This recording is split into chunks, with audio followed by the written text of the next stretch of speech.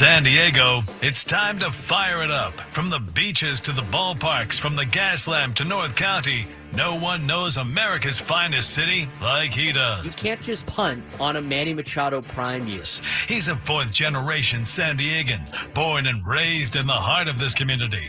Passionate, opinionated, and always bringing you the real talk on your teams, your city, and everything in between. Braden totally knows his stuff. He's ready for the next step. That guy is good. Live and local, it's the Braden Surprenant Show. But I think Braden's one of the up-and-coming young stars in the media game in San Diego. Now, here's your host, Braden Surprenant.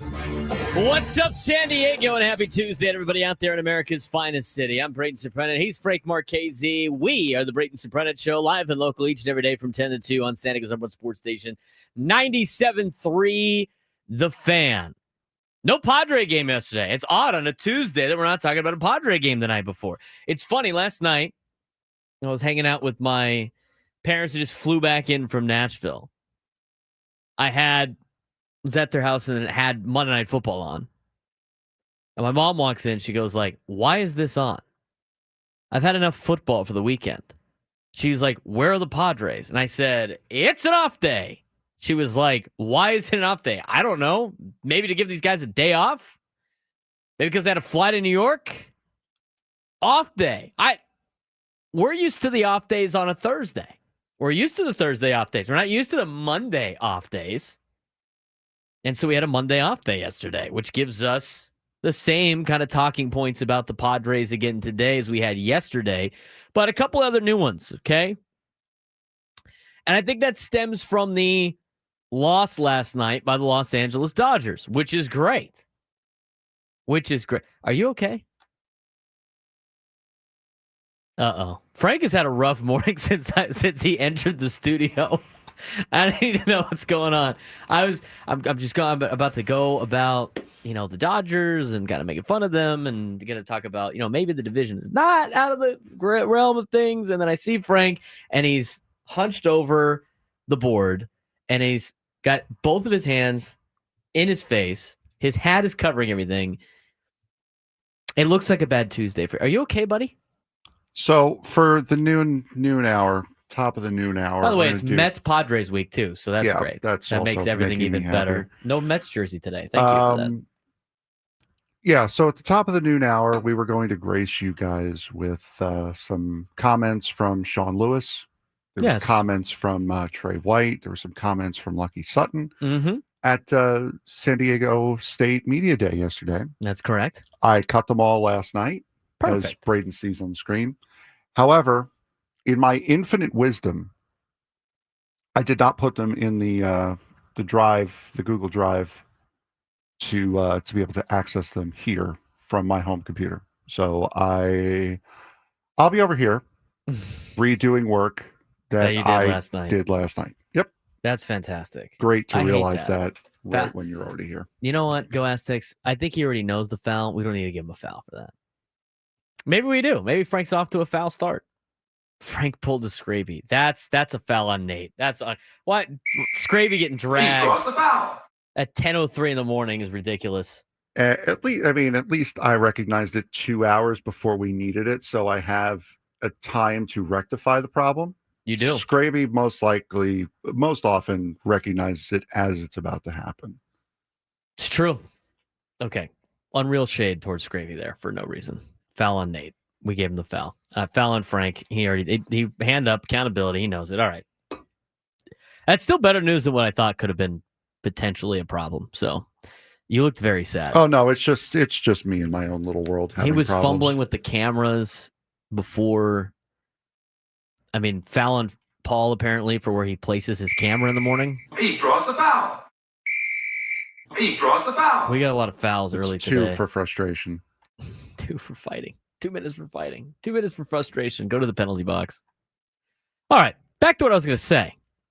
Because I was distracted by Frank's sadness to start the morning. It's a Tuesday, dude. We got to let's go warming up the foul out for Friday. Warming up for Foul Out Friday, says Nate in the chat. Yep. And I really have to get it going because we're off on Thursday. Thursday we're off. I will be at jury duty. I cannot wait. It's just so much fun. I will be in purgatory. Isn't that the same thing?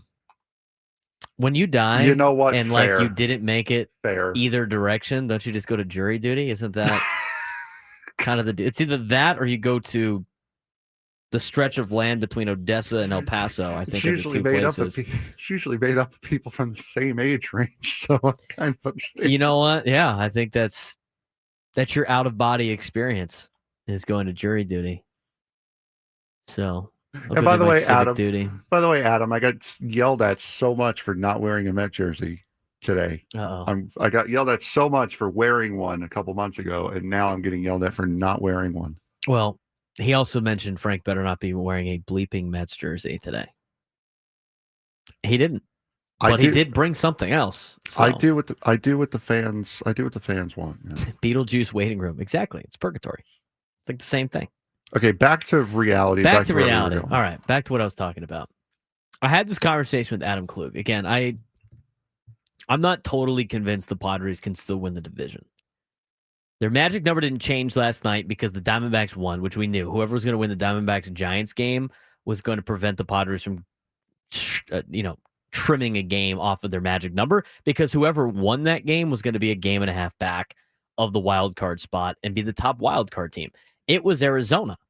Arizona is only a game and a half out of a wild card spot right now. And the way things are trending for the New York Mets, if everything goes according to Frank's plan, which is the Padres take it 2 out of 3, then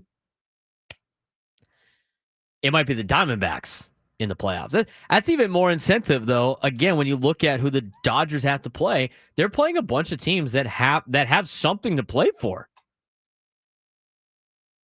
So they lose last night to the Phillies. They're now 2 games in front of the Padres. Like, it doesn't seem that crazy. Again, until you start breaking it down, you look at 2 games is 2 games.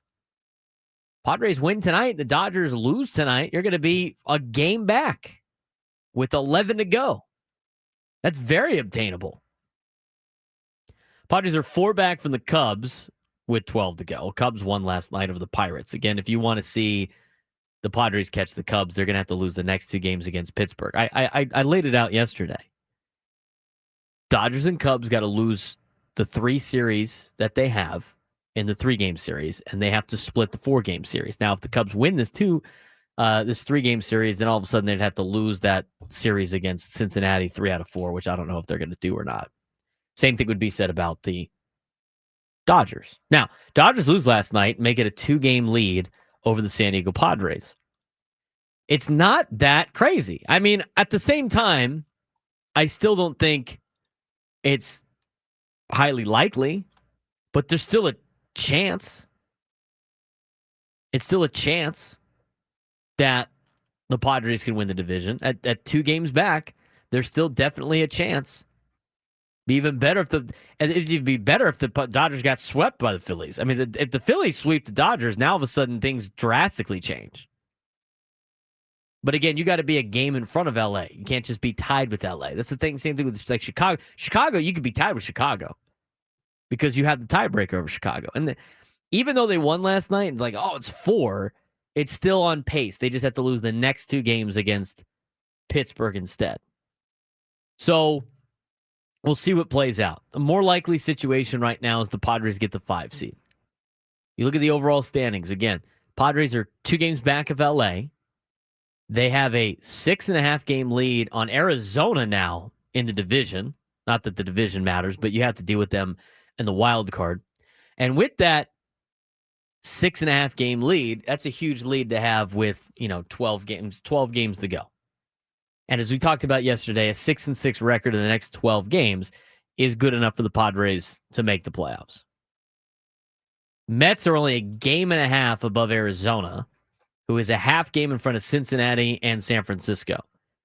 I mean, if you look at the Reds and the Giants, like if you're a Reds or a Giants, well, Giants fans kind of don't want to make the playoffs because they want to get rid of Bob Melvin. But if you're the Giants and the Diamondbacks and the Reds, you look at the 2 games and the 1.5 games out, and you're like, we're right there in the thick of things. Just seems like that 2-game deficit with the Dodgers seems like it's almost unobtainable when you start looking at what needs to happen. Now, that being said again, and we went through the Dodgers schedule yesterday. They got 2 more against Philly. They got 4 games against the Giants. They did well against the Giants up in San Francisco. Now they get the Giants for 4 games at Dodger Stadium over the weekend. Are the Giants still going to be in it by that point in time? I mean, it depends.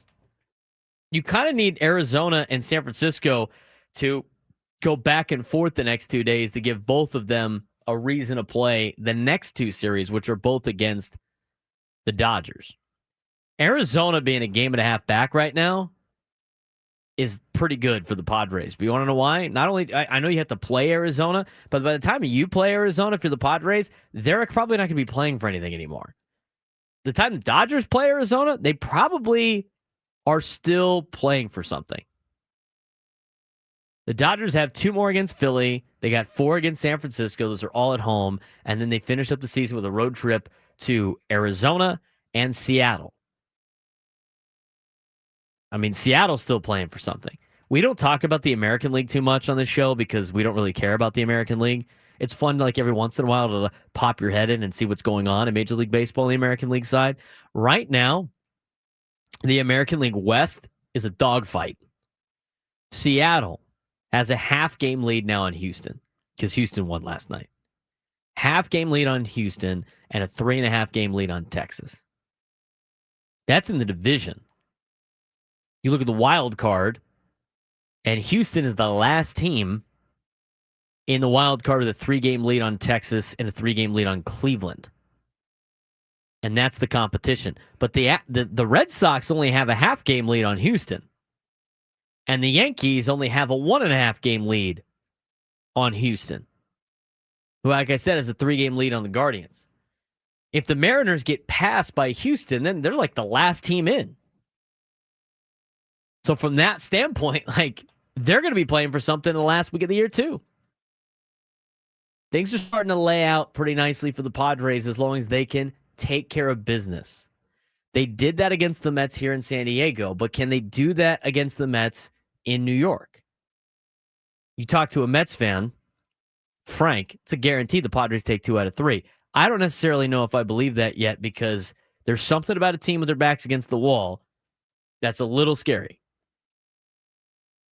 What do we think about the Mets? Well, let's meet the Mets. We'll talk about them when we come back as we just get started on a Tuesday. Braden Surprenant Show, San Diego's #1 sports station, 97 through the Fan.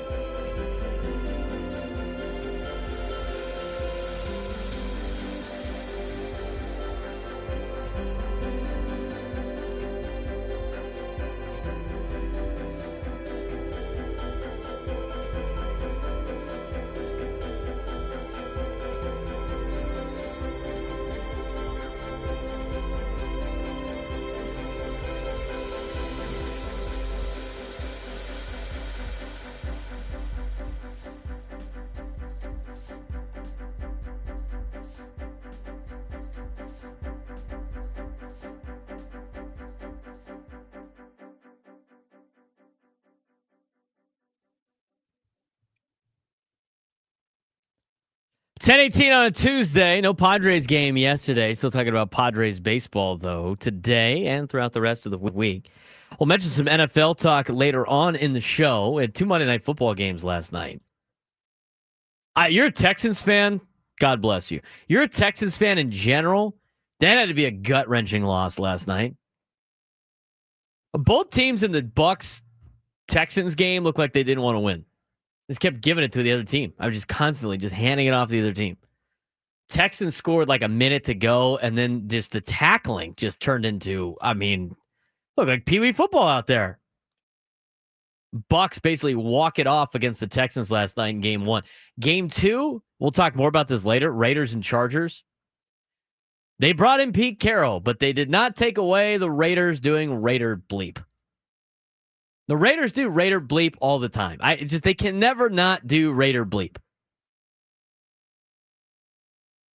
I have a couple of group chats. One of them's with fantasy football, and it's my dad's league that I'm in, so it's a lot of his buddies, and one of them's like a diehard Raiders guy. And he immediately gets texted before the game even starts about the Raiders and the Chargers. So let Geno Smith cook. First pass, picked. That is the most Raiders thing I've ever seen. Last night's game was such a Raiders game. It was hilarious. It's hilarious. A Raiders game. They brought in Pete Carroll. They brought in Chip Kelly. Still the Raiders. Still doing Raider bleep. Hilarious to me. Chargers kicked their ass last night. For all you Charger fans out there. You know what? And here's the thing. They start coming out of the woodwork, Frank. They'll start the San Diego people and the ones on they like to talk tough all the time. I'm not a Chargers fan anymore. They jump out to a good enough lead. All of a sudden, it's going to be I've always been a Chargers fan. Come on, man. No. Don't do it. Don't drink the poison. Oh, they got John Harbaugh as the coach. Don't drink it. Jim Harbaugh. Don't drink the poison. Oh, Justin Herbert looked great in a San Diego Chargers uniform. Yeah, I'm sure he would. Don't drink the poison. They tried to get me by drafting a bunch of TCU guys. No, not going to work. Not going to work. I'd rather root for the lousy Titans with my Oilers shirt. Which, by the way, isn't it kind of BS? It's kind of BS that they sell, the Titans get to sell the Oilers stuff. Since most of the time it was in Houston. I've been in Nashville multiple times. I've been to Tennessee multiple times. I don't see as many Oil Derricks as I see down in Houston. Although, that being said, Oilers is a sick name. That is a cool team name. There should be an Oilers team. And you know what? I think the Titans should just change their team name back to the Oilers. They should. At this point in time. You know who's the Oilers, Frank? You know what high school in California are the Oilers? I know of the Edmonton Oilers of the NHL. Their logo's not as cool as this one. Do you know what the high school is in Southern California that are the Oilers? Huntington Beach are the Oilers. They got this logo right here on my shirt, and they're orange and black. Look like Halloween. The Huntington Beach Oilers. Have you been to Huntington Beach? There's oil derricks all over the place. Again, you keep saying oil derricks. How do you know that these Oilers are named Derrick? They have a sign. It says gotcha. Derrick on it. Gotcha. Derrick 1, Derrick 2, Derrick 3. Derrick 4. I know it's called an oil derrick, guys. Relax. Yeah, I know. That's it. Anyway. So, we'll talk about the NFL a little bit later.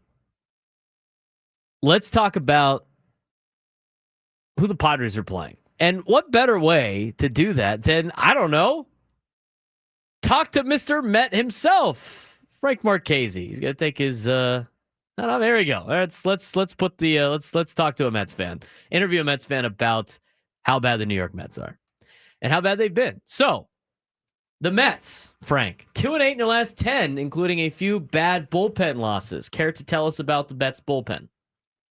I hate every single person in there. Oh no. Including Edwin Diaz, who is making way too much money for what he is producing. This team is so bad right now. It's not even funny. There are times where you get excited, and once again, they draw you in. This team suckers you in, and then just destroys you. It rips your heart out because there have been games And over the last month, the Mets have had two, count them, 7+ game losing streaks. They had one at the beginning of August, and they just had an 8-game losing streak that they just broke over the weekend against the Rangers. In several of those games, including the one on Saturday, they were winning. It was like 7-3 and lost in the 8th inning. Ryan Helsley, who plays Hell's Bells, by the way, when he enters, is the furthest thing. Makes me want to vomit. I mean, he has been kitten bells since he's become a Met. Probably the reason why St. Louis traded him. Apparently, the problem was he's tipping his pitches. Apparently, he still is, because even though they have identified the problem, he's still getting lit up. So he is either just god awful, or he was sent to New York to sabotage. Those are the only two reasons. He was sent to New York to sabotage the Mets. I haven't heard a thing about Tyler Rogers or Taylor Rogers, whichever one is the right-hander. Probably a good thing, because he's either not playing, which means he's not hurting us, or he's doing well, and no news is good news. Gregory Soto has been a disaster for this retooled bullpen that they have after this trade deadline. They somehow magically got Jose Siri back. I haven't seen him play yet since he's returned, but they do have Jose Siri back, allegedly. Juan Soto is the exact player that anyone who didn't instantly react to what he did at the beginning of the season, someone like me, is exactly the player that we thought he was going to be, which is the first ever Met to have a 40-30 season. He has 40 home runs and 32 stolen bases. Pete Alonso is not hitting for average the way he was at the beginning of the season, but he does have, what I write down, 34 homers and 117 RBIs, so he is still your offense. Francisco Lindor had a abysmal summer. Again, he is playing with a broken foot, so kind of a little bit of leeway there. He is still leading the team in hits with 157, even though his batting average is only 263. They have been the 4th worst team in baseball since the All-Star break. They are 23-25. I'm sorry, no. They're 22-31 since the All-Star break. Since August 2nd, which was the last day the Mets were in first place, they were in first place by half a game on August 2nd. They are 14-25, and now just lost the division last night after the Phillies beat the Dodgers, and find themselves 12.5 games back of first place, when they were leading just about a calendar month and a half ago. I remember a time like earlier this year where they were like the best team in baseball. Yeah. Yep. I do remember that. Also, that it's interesting. I think about how things have drastically changed. At the trade deadline, there was argument about the Mets being one of the best bullpens in baseball, rivaling the Padres. I mean, that's what MLB Network talked about that. And the thing that Frank starts off with about the New York Metropolitans, I hate everybody in their bullpen. Yeah, was the first thing that he said about the Mets. The bullpen has blown so many games this season. So many games. 23-25 in one-run games this year. That was the 23-25 I was mentioning.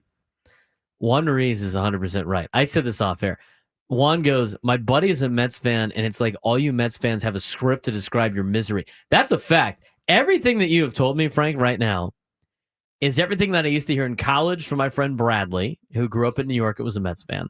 It's all the same stuff. Sam is worse. I mean, Sam just like annihilates the team. Like I said, during on a daily basis. And then my sister's ex-boyfriend, who was a Mets fan, all said the same stuff. He would say the same stuff all the time. And like I said to you during the break, nobody hates my team more than me. You're not allowed to. But I hate this team with a burning passion. Nobody hates the Mets hates my team more than Mets me. Fans. Exactly. I buy it. I believe it for sure. Nobody hates the Mets more than Mets fans. You think Phillies fans hate the Mets? Talk to Mets fans. You think Braves fans hate the Mets? Talk to Mets fans. Exactly. I mean, right. Adam Klug does not like the Mets as he grew up an Atlanta Braves guy. I'm telling you right now, Frank and Sam hate the Mets way more than Adam does. That's a fact. I know a Dodger fan like that. That's crazy to me, by the way, because Dodger fans are insufferable. But my buddy Ron hates the Dodgers. He just spews just negativity about his team, which is hilarious for all the success that they have had. Go Ask Text in the chat just said it. Well, everyone knows Mets are going to Met. Even the Texas Ranger announcers who said that Saturday said the Mets are Metsing. Here is an example of the Mets Metsing. All right, here's a Metsing moment. The Mets had a plus to go to Ben Woods' favorite stat, run differential. Run differential. The Mets had a plus 21 run differential last month. They scored 21 more runs than they gave up. You know what their record was in August?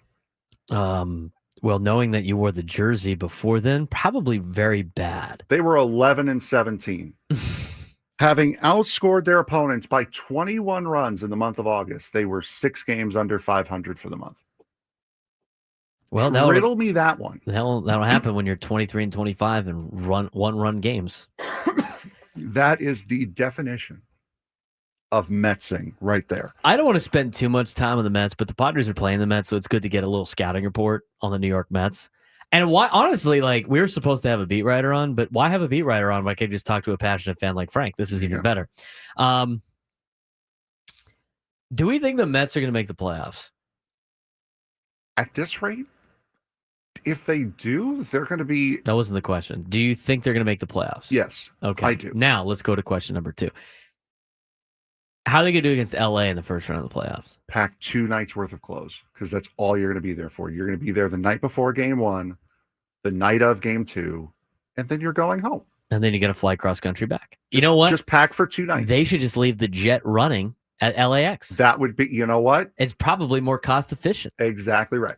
Leave the jet, leave the engines on. We're going to be back here very quickly. Now, just as far as what you're going to see tonight, the Mets have already said that they are going to start Clay Holmes, and then they're going to go to Sean Manaea.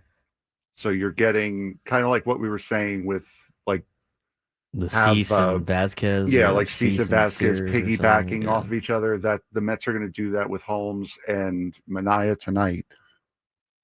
I would expect, they haven't announced their starters for Wednesday and Thursday. Expect it to be David Peterson and Jonathan. Those would be the 2 that you would expect. Because McLean pitched on Sunday and Sproat pitched the night before. As the Padres layout, they'll go with Michael King, Nick Pivetta, Randy Vasquez. Your number 1 and your number 2 for a playoff series. And then a guy that everybody he continues to pitch well. And a guy near the end of the season, you're like, this guy has to continue to pitch for the Padres. And Randy Vasquez. I mean, you're getting, this is a playoff series against the playoff team on the road. That's how you got to treat this if you're the Padres, especially knowing that you have to take 2 out of 3 to keep pace with trying to catch Los Angeles. I mean, if the Padres are able to take 2 out of 3 and the Phillies take 2 out of 3, you're going to gain a game back on LA, which is very valuable, obviously, if you want to get the 3 seed, which would guarantee a home playoff series. And if you do get the 3 seed, you're probably opening up with the Mets. And here's the deal. Like, as much as I said, like, the 4 seed would be better, there is a possibility right now with the way the Phillies are playing baseball that you could get the 3 seed and Philly could get the 1, and all of a sudden the 3 seed becomes, to me, more valuable to the Padres because they would get to open up the playoffs with the New York Mets at home or the Arizona Diamondbacks or the San Francisco Giants. And then if they win, they get to go to Milwaukee. You know, somebody texted that to me earlier. Our friend Johnny texted me, and he's like, is there any incentive for Philly now to play the Dodgers after they clinch the division? The answer is yes. They can still get the 1 seed in the postseason. Because, again, when looking at the standings, the Philadelphia Phillies are a 1.5 games behind Milwaukee. Now, Is there really more of an incentive to be the 1 seed over the 2 seed? It's basically the same thing. But I guess if you're Philadelphia, wouldn't you rather have the home field in the NLCS regardless? Yeah, guarantees you home field I think advantage so. throughout. I think being a number 1 seed is probably better, right? So if that's the case, Philly catches Milwaukee. Now you really want to get that division. I think that even becomes more valuable for the San Diego Padres. 833-288-0973, 833-288-0973. Also, before tonight's game, tonight's game is on local television, but it's also on TBS. Is Don doing the game on TBS? I'm not sure. I'm not sure which one he's doing. So I'm sure you guys will be able to hear Don Orsillo at some point in some fashion tonight. I just don't know whether it'll be on the local call or if it'll be on the national call. One of the Padres this week said it is go time. One of the starting pitchers. We are done with this segment, all right? Yeah, you can take the Mets hat off. Good, because my hair burning your head. My hair is too long for this hat. It is constricting my head. What if that's the one? That's not the least of his problems with the Mets right now. Padres rotation needs to come up big. One of their starters said so. Who was that? Also, who's the true Game 1 starter going into a playoff series? We'll talk about that when we come back on the Braden Surprenant Show, San Diego #1 Sports Station, 97 through the Fan.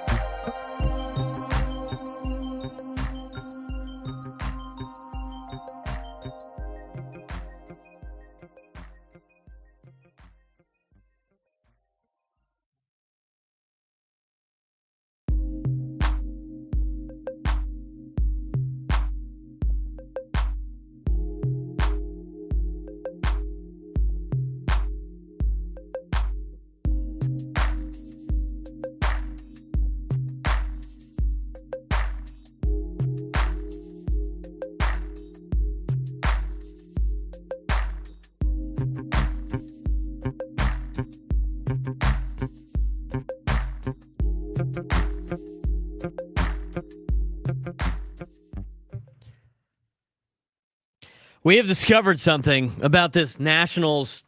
Who are they playing? The Braves? The Nationals and Braves play and nobody's there to watch it. Does it make a sound? I mean, talk about a boring game on a Tuesday. Why are they playing at a daytime on a Tuesday? Because was it a doubleheader? Rain out last night or something? No, here's the thing. There's a thing that's happening, and that thing caused this thing, which means it is a doubleheader. It's a doubleheader today. I'm like, why is this game? Like, why is there a game on? I was like, is it from the pat? I looked at the lineup for the Nationals, and I was like, there's no way. But Frank looks at the screen today. He says he sees Jay Alfaro batting fifth for the Nationals in catching, and he goes, "Oh my lord! Oh my lord! There is no is shot. That Jorge Alfaro I see? Jorge Alfaro is starting the game today for the Nationals. When did he get picked up by the Nationals? Batting fifth, by the way. Batting fifth and catching for Washington is Jorge Alfaro. When? I'm going into their transactions here. Hold on. When was he picked up? Wasn't he just at a Padres game, or is that fake news? Jorge Alfaro was signed on the 2nd of September.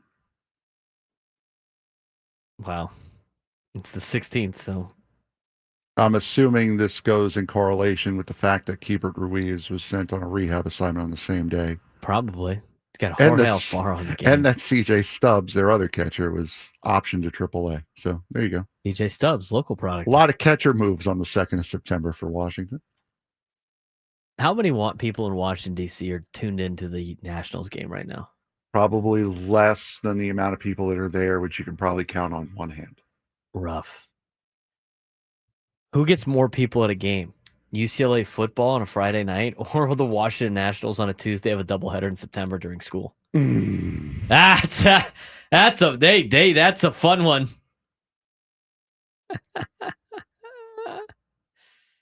or the Miami Marlins playing the Yankees on a Saturday night. Who gets more people? Yeah. Who gets the most out of the group? I mean, those are not highly attended events. What about Aztecs football when it's a 12:30 kick and it's hotter than the sun? Why were we? By the way, I was at the Titans game. Yes. It's hot and humid, and the game's at noon. And is there shade? No, there's no shade. No shade at these stadiums. No shade anywhere. It was like over 90-something degrees plus humidity for Tennessee, Georgia. Why are you trying? You know what they don't? You know what Tennessee doesn't have? at Neyland Stadium? Shade. You know what they do have? It doesn't exist. You know what they do have? What? They have a giant press area that casts a shadow over the seats in front of it. Yeah. At a certain time of the day. Just like at a certain time of the day at Snapdragon, half the stadium's in the shade. You don't have to build shade. No stadium, aside from soccer stadiums in the United States, has shade canopies. Why I'm tired of hearing about there's no shade. That's why I don't go to Aztec games. No, you don't go to Aztec games because you don't want to go to Aztec games. It's not because there's no shade. No, it bothers me. Brother, the whole shade thing has always bothered me since people started bitching about it. You want to know why? Because it makes us San Diegans so soft. It doesn't even get that hot here. It's the first hour of the show, I'm and just we're saying, bringing up the shade. controversial I'm just topics. saying the shade. The controversial topic is talking about the Mets ever. So we already knocked down controversial. Shade. I'm talking about shade. No other stadium in the United States has shade unless it's a soccer venue. The shade comments are ridiculous. So now when I go to stadiums, I go like, hey, look, guess what this place doesn't have? Shade. Guess what time the Titans play all their games at? Noon. They play them all at noon when it's hot. Hilarious. The only sporting venues that are allowed to not have shade are racetracks. And here is why. They tried it at Darlington. There was a cover over a section of Darlington. And they had to take it down because fans were getting sick because of the exhaust fumes getting trapped under the canopy. Makes sense. That's the only reason why now racing venues are not allowed to have shade. Heat complaints. Everywhere else should have shade. Heat complaints in San Diego make me laugh. They make me laugh. It's like, we have it so nice here. Like, come on. I've sat many a times at 11 a.m. for an 11 a.m. kick in September in Texas. Almost passed. I mean, like, people are passing out. They don't know what they don't complain about? Well, I wish we had shade. Like, come on. The shade comments are ridiculous. I had to bring that up. I'm sorry. You would never hear me complaining about shade because if it was going to be that hot and that humid, I would never have gone. Exactly. Or I'd buy tickets in areas that I know are going to be in a cooler spot. Yeah. The reason why you don't go is not because of the shade. Anyway, I guess every stadium needs to be a dome. We just need climate-controlled areas. I'll take it. Sushi Sam. Sam's in Spain right now, and he hears shading. Bang in the chat. Had to jump in here because of the shade talk. My shade sense is tingling. Crapping on San Diego State for not having shade at their stadium is so ridiculous. I hate it. I hate those comments all the time. Well, if they had shade, I'd go to the games. No, you wouldn't. Shut up. Brandon in the chat. If I want shade, I'll call my ex. There Bang! it is. Comment of the day so far. If I wanted shade, I'll call my ex. You know who got shade earlier today? Scraby for no reason. Scraby got some shade. There's no shade. God, we already get a bad rap for being soft here. Can we not give us more of a bad rap with the shade comments? Come on. 833-288-973, 833-288-973. We're going to talk about the Padres starting rotation here in a second. I do want to get out to Lou and Lucadia, though, joining us on the Braden Surprenant show. What's going on, Lou? Hey, guys. Thanks for keeping my spirits up during my COVID week. Oh, no. Yeah, it's if you've been vaccinated, it's like having a cold. It's just the fact you can't go around anybody for a week. And then I gave it to my wife, and she was recovered in 2 days. It took me a week. So, but anyway, what's been driving me nuts lately? Oh, the other thing is rest in peace, Robert Redford, the natural. And what bugs me is the inconsistency, and I know you guys have talked about it quite a bit, but how do you handle inconsistency in players? And also, Braden, you're a coach. How do you handle inconsistency in your players? How do I handle inconsistency in my players? Well, it's slightly different because I got high school kids. So high school kids are always going to be relatively inconsistent. They're still learning. They're still growing. But a lot of the time is just like, and again, football is different than baseball. It's a lot of just like re-saying the same things over and over and over and over again, and like coaching every single play. Like Coach Doyle always tells us, like after we got to be coaching on every single down. And there's a lot of times where I feel like I'm just saying the same thing over and over again and just beating my head against the wall. But sometimes you got to do that. That's the dedication of the coaching.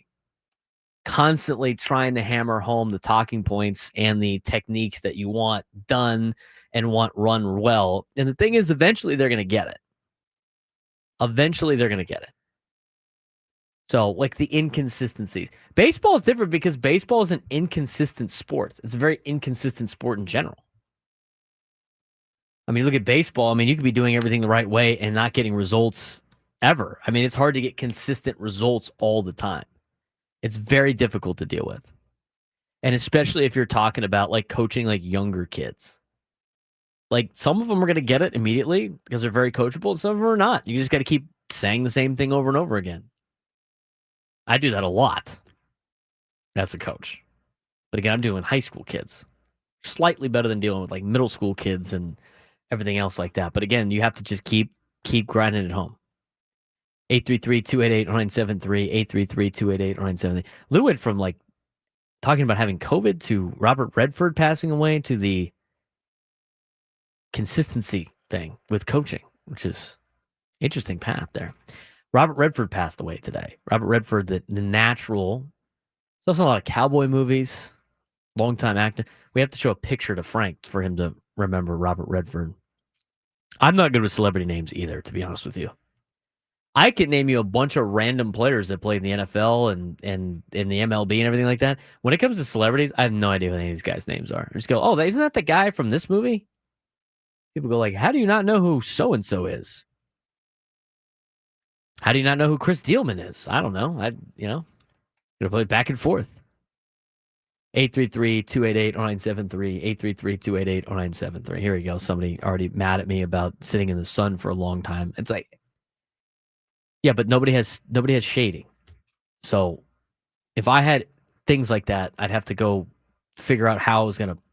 Like, do you not go to any games then? I mean, I don't even want to open up that can of worms, but people are just going to get offended by everything that we say anyway. There's the bitching about the shade when nobody else has it is just, to me, crazy because nobody else complains about it. And that's why I got to bring it up. It could be worse. I mean, I just think like sometimes it's about perspective, and like sometimes out here we get so like we're so blessed with so many things that we just need to complain about other stuff. I mean, that's like the kids at my school, like I coach, they complain about how hot it is in Del Mar. But yeah, sure, it gets like hot. But we could be practicing in Lakeside. We could be at El Cap right now. I mean, those guys are grinding it out, and it's hot out there. Got a coastal breeze at Cathedral. 833-288-0973, 833-288-0973. Let's get to Nate in San Marcos. Nate, what's going on? Hey, Braden, if the Padres win the West, does that mean that the Dodgers are going to have to face Philadelphia? If the Padres win the West, does that mean the Dodgers have to face Philadelphia? Well, the thing is, if I look at the league standings, no, it would mean that the Dodgers are behind the Cubs, which means the Dodgers and the Cubs would play in the first round in the 4-5 matchup. Which goes to Milwaukee, Well, currently it goes to Milwaukee. But if the Phillies take the 1 seed, then yes, they'd be going unless to Philly. they flip. So I think honestly, the best case scenario right now for the Padres, like best case scenario, would be getting the 3 seed, winning the NL West, and the Phillies getting the 1 seed. That would be best case scenario.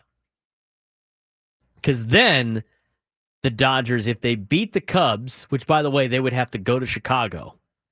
If they beat the Cubs 2 out of 3 in Chicago, then they would go to Philly for a best of 5.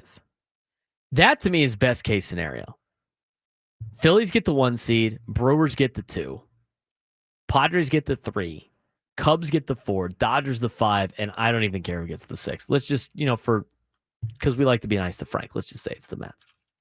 Although, let me ask you, do you want the Mets in the playoffs if you think they're going to be 0-2 barbecue? No, because I don't think my heart will be able to take it. Okay, so you don't even want the Mets in the playoffs. No, I don't want to see the Mets in the playoffs. After 2022, I don't want to see the Mets in the playoffs ever again. Ever again? Nope. Then why do you want? Why do you even watch the Mets? I mean, what's the point? I do not want. For me, with this working where I am, I do not want to see the Mets versus the Padres in the playoffs ever again. Right. Never want to see it again. Never want to see it again. Nope. Okay. Well, I mean, the Mets. If the Mets get the 6th seed, I guess they would play the Padres, right? So yes. Yeah. Okay. So you don't want to see that. You'd rather see the Diamondbacks play the Padres or the Giants or something? No, I'd rather see the Padres not win the West. You just create a lot of enemies right there. Sorry.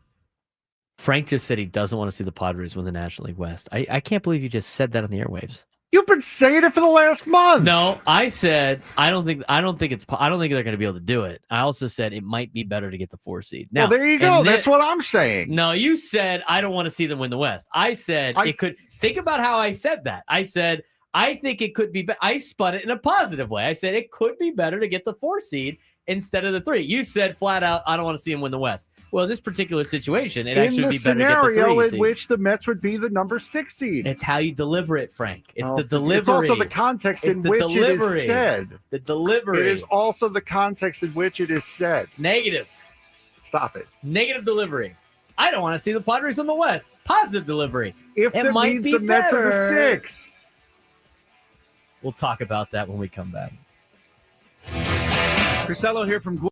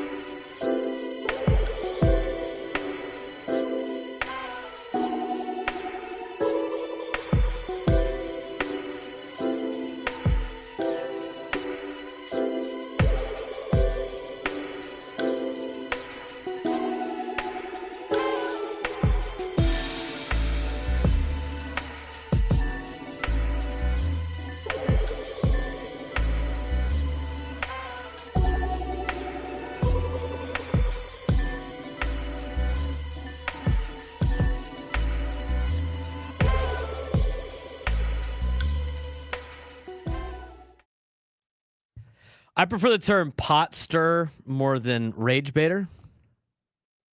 Frank? I really got him going. I don't care what you prefer Enemy. at this point. Isaac calls you enemy now. I don't. Enemy of the state. I'm Enemy of the state of the Padres fan base. Frank Marchese. Enemy number one. Doesn't want to see the Padres win the division. I can't believe he said that. You guys should be very, very happy because what Braden did during that last segment, not just with what I said at the very end, but with the shade comments that he made, you guys just got a free look at his next masterclass lesson. So you guys don't have to worry about paying for a masterclass subscription. You just got one for free there. I hope you enjoyed. Frank's throwing shade today, and I'm not throwing shade. I'm throwing shade. I'm throwing shade my own way.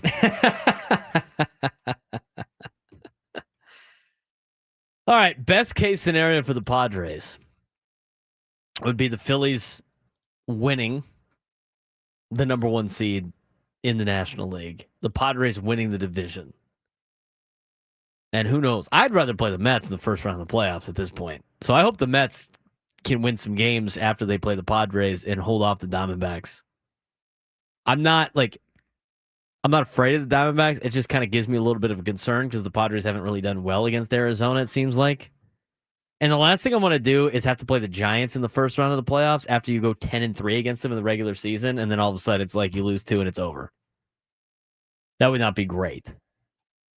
But the 3 seed right now for the Padres, if they could catch the Dodgers, I honestly think it probably now, if this is all dependent on if the Brewers get passed by Philadelphia, which at this rate, I think is highly possible.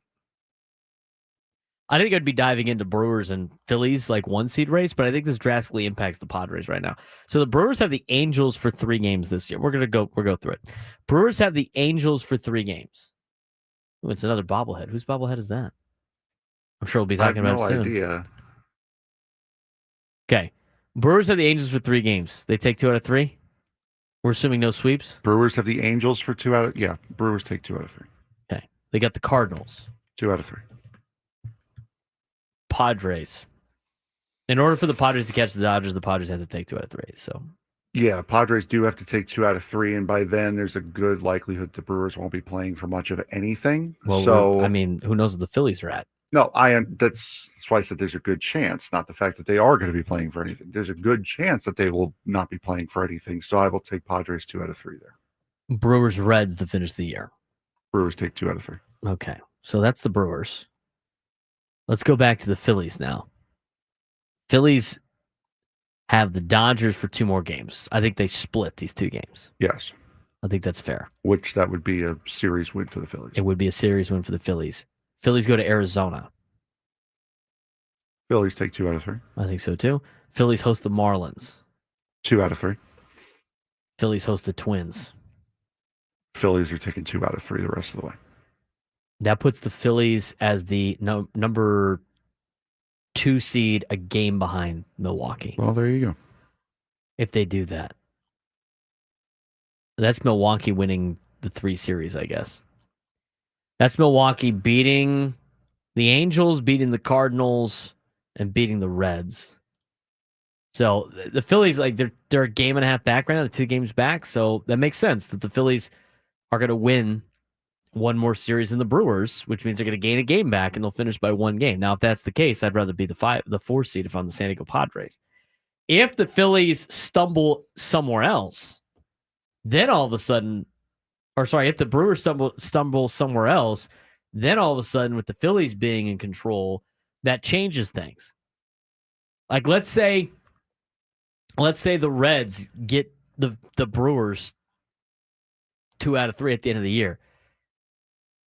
The Brewers still win the tiebreaker over Philly. All right, so they're like 3 games back, or 2.5 to 2 games back. Philadelphia is of Milwaukee. So maybe that is a little bit more difficult than we think.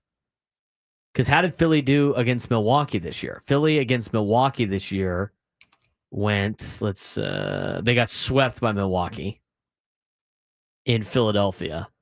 and then they played the Brewers in Milwaukee and took 2 out of 3. So Milwaukee won the tiebreaker. So Philly's got to beat them by a game. So the Padres are going to have to help out their own cause against the Milwaukee.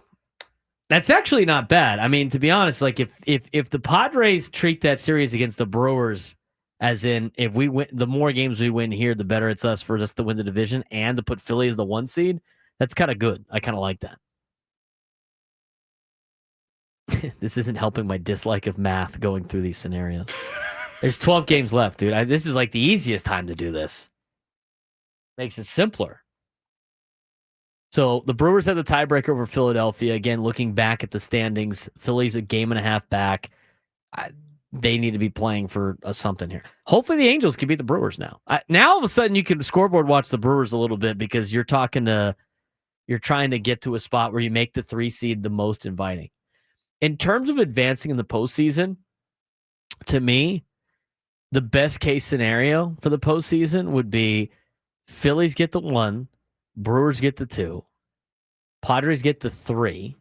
Matt Olson just hit a ball to the Atlantic Ocean. Cubs 4, Dodgers 5, and the Mets 6.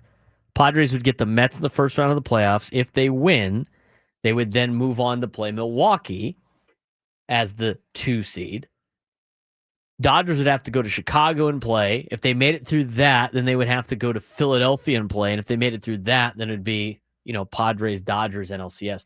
To me, that is the best path for the Padres to make the World Series.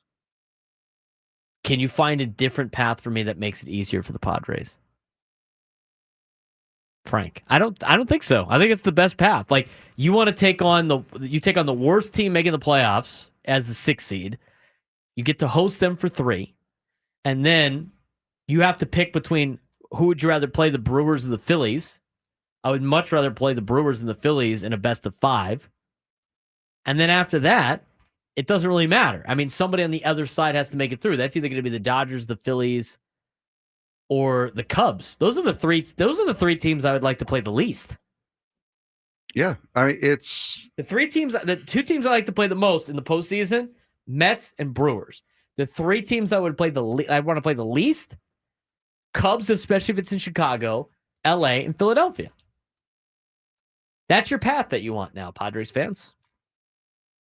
Maybe I am getting a little bit more into Padres winning the division. Maybe there is a little bit more incentive now to win the division. You just want to be put on whatever side of the bracket the Brewers are on. That's basically it. Now, that might change with how next week goes, but for right now, you want to be put on whatever side of the bracket the Brewers are on, because that is your best case scenario for going to the championship series. Correct. You essentially didn't want to do whatever they're doing. So if they're the 1 seed, you want to be the 4 or the 5. If they're the 2 seed, you want to be the 3. What you don't want to do is have to go to... I would hate for the Padres to have to go to Philly in the second round. But I guess, now here's the silver lining in that. I guess the silver lining in that would be beating them 3 out of 5 is a lot easier than beating them 4 out of 7, right? You would rather play a more difficult opponent in the least amount of games than a more difficult opponent in more amount of games. We talked about that on the roundtable a couple of weeks ago. Would you agree with that? Wouldn't you rather play a good team in 5 where you only have to beat them 3 times compared to going back and forth and having to beat them 4 times out of 7? Yes, but on the flip side to that, it gives you less of an opportunity to recover if you fall behind. That's the only qualm you would have with that. Well, in both of those situations, since the Padres are not going to have the home field advantage, you're going to have to go to Philly or Milwaukee. You only have to win 1 there. You have a 2-game series basically in Milwaukee or Philadelphia. You have to split. And then if you split, you get the home field advantage back in the best of 5. Yeah. Right? Because it's 2-2-1. Mm-hmm. So I actually like that better. Well, I agree with you. I'm just saying the only issue would be is that you have less time to make up ground if you fall behind. That's true. So to me, that's the best path for the Padres is the and the thing that makes the division more incentivized, I think, for the Padres and Padres fans is the fact that Philadelphia could catch Milwaukee. Now, at any point, like Philly can go on a run, right, and sweep a team. Milwaukee could theoretically get swept by somebody. If the Padres sweep Milwaukee, which is hard to do, they should have done it in Milwaukee earlier this year. If the Padres sweep Milwaukee, that helps their cause to win the division, obviously, because you could pick up an extra game on LA, because we assumed when we went through everything, we assumed no sweeps. If they sweep Milwaukee, they could do themselves a huge favor in the division, but then also do themselves a huge favor in terms of seeding by giving Philadelphia an opportunity to pass Milwaukee in the standings, and therefore getting to go to Milwaukee in the divisional round instead of having to go to Philadelphia. I don't think the Phillies are going to coast either. I mean, a lot of people have been asking, like, are the Phillies going to have anything to play for since they already wrapped up the division? The answer is yeah, because they could be the number one seed, which means they could host the NLCS if they get it to that far. And then again, and this is the conversations you have when you know you're making the playoffs. Padres' magic number to make the playoffs is 6. It seems like a lot. But a win today and a Diamondbacks loss, it's down to 4. Actually, is it down to 4? No, because if the Giants win, then it's going to go back to the same. So you're down to, they could get it down to 5 today if they beat the Mets. That's the problem with the two teams battling each other for the final spot in the wild card, also playing each other this week. Because the Arizona and San Francisco switched spaces yesterday, and now Arizona's a game and a half back, and San Francisco's 2 games back. So if San Francisco wins today and beats Arizona, then San Francisco will be a game and a half back, and Arizona will be 2 games back. And then you don't lose it. You don't get the extra game on the magic number. So the best the Padres magic number can be right now after tonight, if the Padres win, is down to 5. But with 12 games left, that's pretty good. Next team that has an opportunity to clinch is actually the Cubs. Cubs' magic number to clinch a playoff spot is now down to 2. So they're pretty close. 833-288-0973, 833-288-0973. I teased about the rotation. We're going to talk about it. And I'm going to ask the question that will answer, who's the true game 1 starter in a playoff series for the Padres? I'll have my answer. Frank will have his when we come back on the Braden Surprenant Show.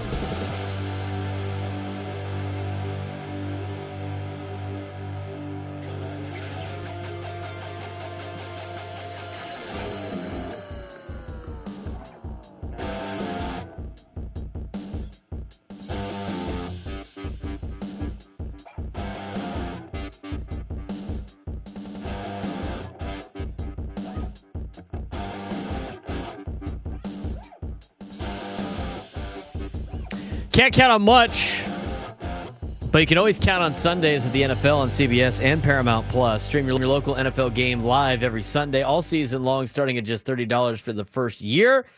That's like $250 a month. Visit ParamountPlus.com/NFL to get started today. He's Frank Marchese. I'm Braden Surprenant. We're talking Padres playoff series stuff. It's a little early, not to say that they're going to jinx anything, because the Padres are 6 wins away. That's not even counting losses by the Giants or the Diamondbacks or the Reds from clinching a playoff spot. Next team that could clinch a playoff spot, at least in the National League, are the Chicago Cubs. Their magic number to clinch is 2. After that, it's the Dodgers, whose magic number is 4. And then it's the Padres, whose magic number is 6. That is for the National League.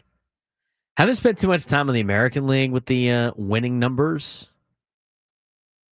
but we might as well take a look at it because there's only been 2 teams that have clinched so far in Major League Baseball. It's been the Brewers and it's been the Phillies. Phillies just clinched the National League East yesterday with the win over Los Angeles. In the American League, nobody has clinched yet. The Blue Jays are the first team that could potentially clinch a spot in the postseason. Their magic number is 4. Next on the list would be the Tigers. Their magic number is 6. And then it's the Yankees, whose magic number is 9. Mariners, Red Sox, Astros, magic numbers are all 10. The thing that's interesting is the Guardians still control their own destiny. Despite the fact that they're 3 games out of a playoff spot, they obviously own tiebreakers over teams in front of them. Their magic number is 13 with 13 to go. So interesting to see from the American League perspective as well. Now, back to the National League. I don't think there's any. There might be a couple. We're going to get to some more clinching scenarios later on in the show. But when you're looking at some of the options that potentially clinch, I don't think there's a lot right now. And there isn't, because the Cubs are the first team that could potentially clinch a playoff spot again. And they're winning because their magic number is 2. They don't have a tie break. They don't have a clinching scenario today. And we'll try to put that together a little bit more. Anyway, 833-288-0973, 833-288-0973 if you want to join the show today. Let's talk about the playoff rotation for a second. Now, I think we both know that Nick Pivetta and Michael King are your game 1 and 2 starters. I think it's just dependent on like who starts game 1 and who starts game 2. I think it's an interesting topic of conversation. I don't think it's the most interesting topic of conversation between Padres playoff roster, right? You know, like both answers are going to be good. Like they're your best options for game 1 and 2 of a playoff series. The question is, do you want Nick Pivetta, who has gone through the entire year and is built up and like he's had a phenomenal year? He's been relatively your ace for the entire season, or your number 1, just because Michael King's been out for most of the year.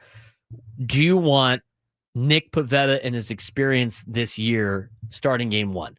Or do you want Michael King on a fresher arm, I'll say? Because his arm's going to be a lot more fresh than Pivetta's. He hadn't pitched all season. And that's assuming that Michael King can come out and like get a couple of good starts here to finish up the regular season, to be built up enough to pitch in the first round of the playoffs. Like, who would you rather trust? Like, Michael King has a potential to maybe not be ready to go by the time you get to the postseason in terms of like him being at 100% and built up enough.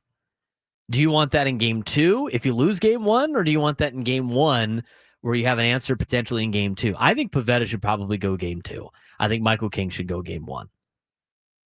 And I think that's what probably is going to be the case. I think Michael King goes game 1 with the fresher arm. If it falls apart a little bit because he hadn't pitched all year, you got Nick Pivetta lined up in game 2.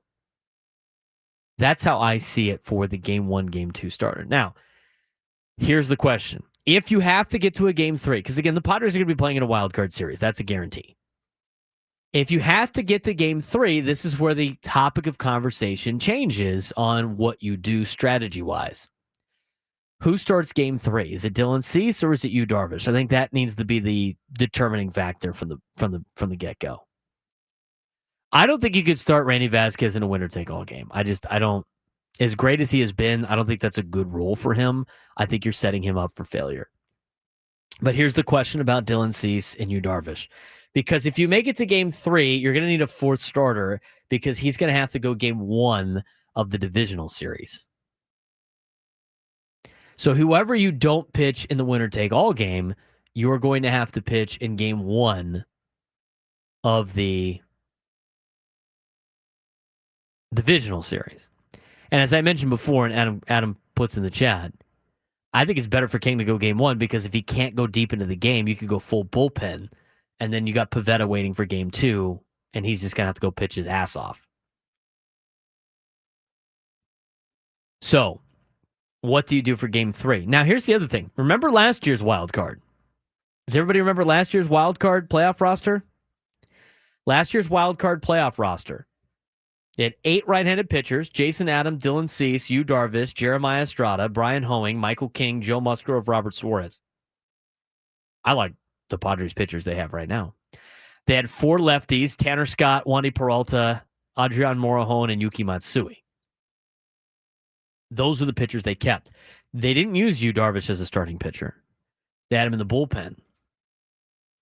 I think Yu Darvish is, out of the starting pitchers that the Padres have, I think Yu Darvish is the only guy the Padres have in their starting rotation that has the mindset and the ability to come out of the bullpen.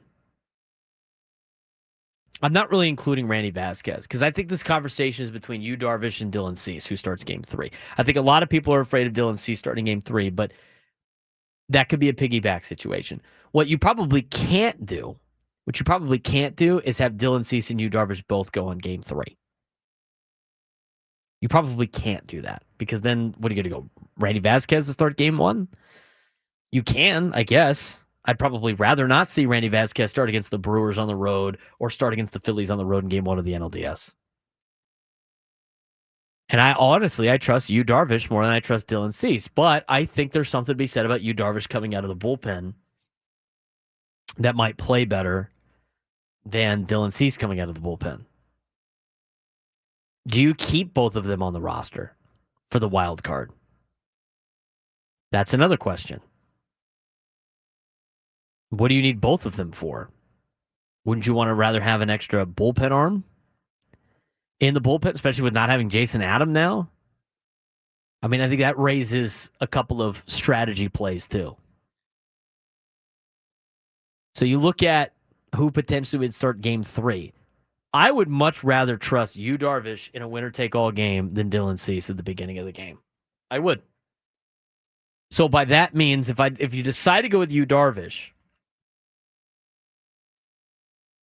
do you keep Randy Vasquez or do you keep Dylan Cease on the roster? I'd probably go with Randy Vasquez and let Dylan Cease get ready for game 1 of the NLDS. So you go Michael King game 1, be ready with all hands on deck of the bullpen because you don't know how far he can get into the game. If you get deep into the game, you're in good shape because then you can help save the bullpen for later. In game 2, you have Nick Pivetta waiting, which you know can get you a lot of innings because you've seen it all season. He's been built up. And if Michael King can make it through 5 or 6 in game 1, then all of a sudden you could potentially have a fresh bullpen for game 2 with Nick Pivetta. And then you can win it right there. The problem is, though, is like you don't want to have to use too much of your bullpen in game 2 because you have to be ready for game 3 to back up whatever happens with your game 3 starter, which I think still probably would be better with Darvish than Cease. But if I'm talking in terms of like who would be better out of the bullpen, to me it'd be Yu Darvish that better out of the bullpen than Dylan Cease would be. Maybe you start Randy Vasquez. But if you start Randy Vasquez, who comes in after? Like you could do a piggyback situation. You start game 3 with Wandy Peralta and then go to Randy Vasquez. I think that's playing with fire too. It looked pretty good against the Dodgers. But game 3 is a must-win game. I mean, you're gonna have to get creative a little bit. Those are kind of all of the situations that could kind of play out in the wild card round, which impacts game 1 of the divisional series. I'm going to tell you what I would do when we come back. Game 1, game 2, game 3 into the DS series as we continue on the Braden Surprenant Show.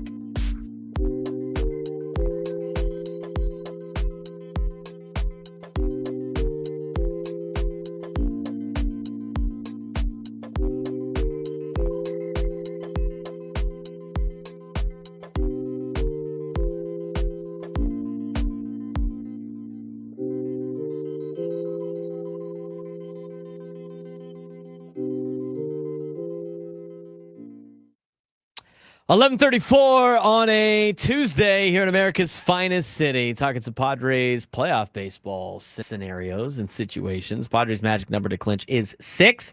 They got a game tonight, or really this afternoon. Those games start like 4 something. 4:10. 4:10 to Yuma. Just kidding. 3:10 to Yuma. 4:10 start tonight for the Padres and the Mets. Michael King starting game 1. Nick Pivetta starting game 2. Randy Vasquez starting game 3. Kind of inspired us to talk about what you do with the pitching when it comes to a playoff series in the wild card. I laid out all the scenarios. If you want to go back and listen, you can.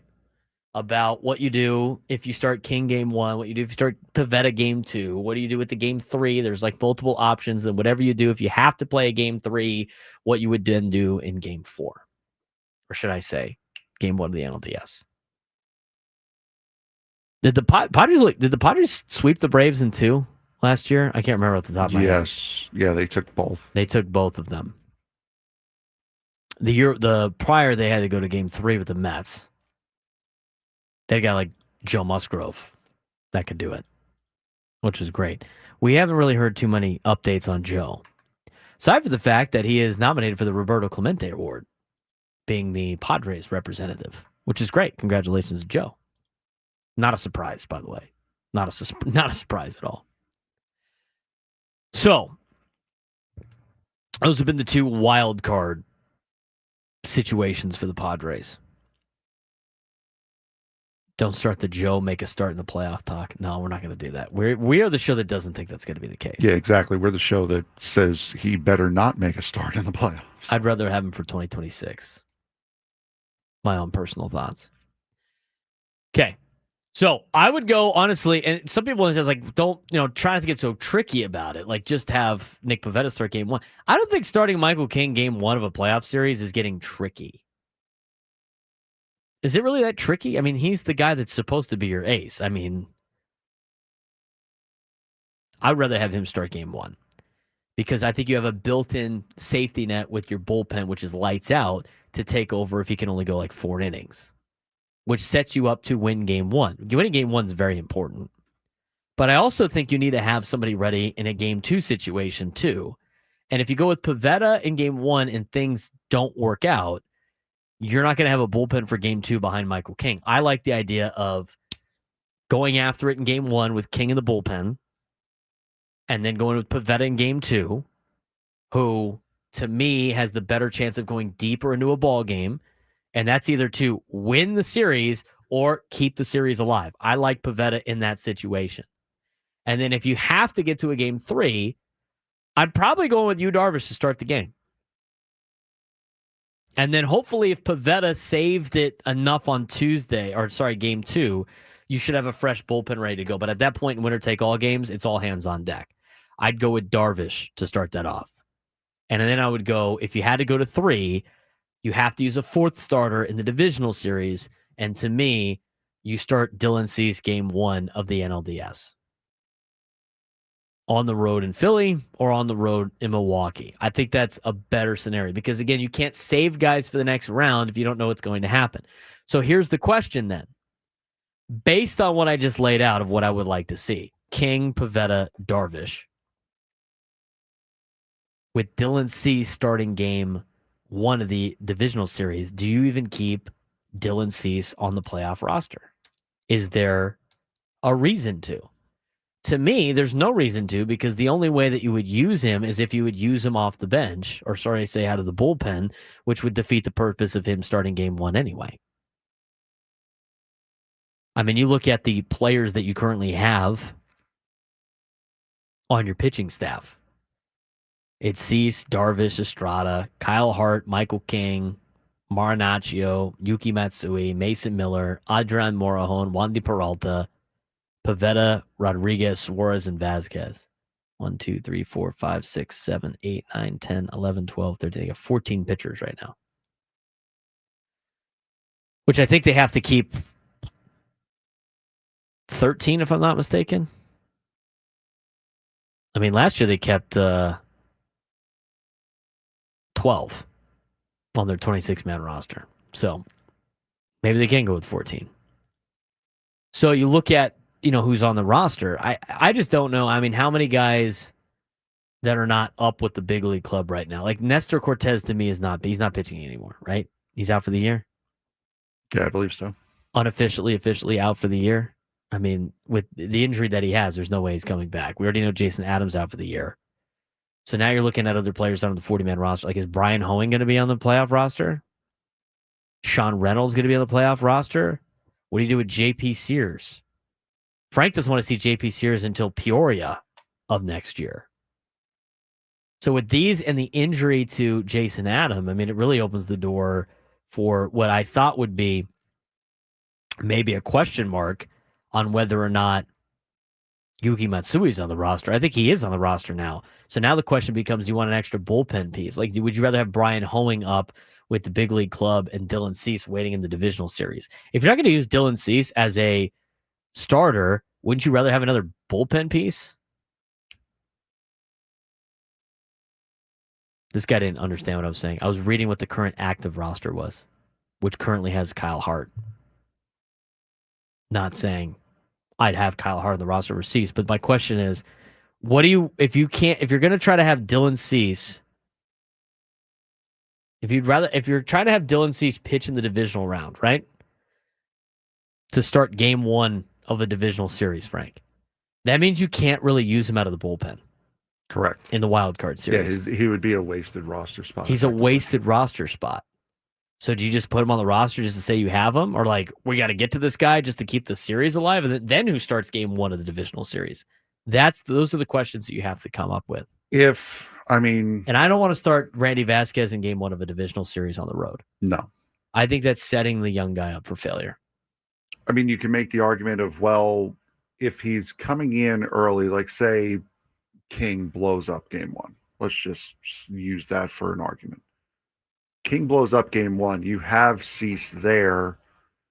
King didn't use too many bullets in game 1. So if you do make it to the divisional round, King is fresher than he would have been normally under normal rest. So he probably could go game 1 too.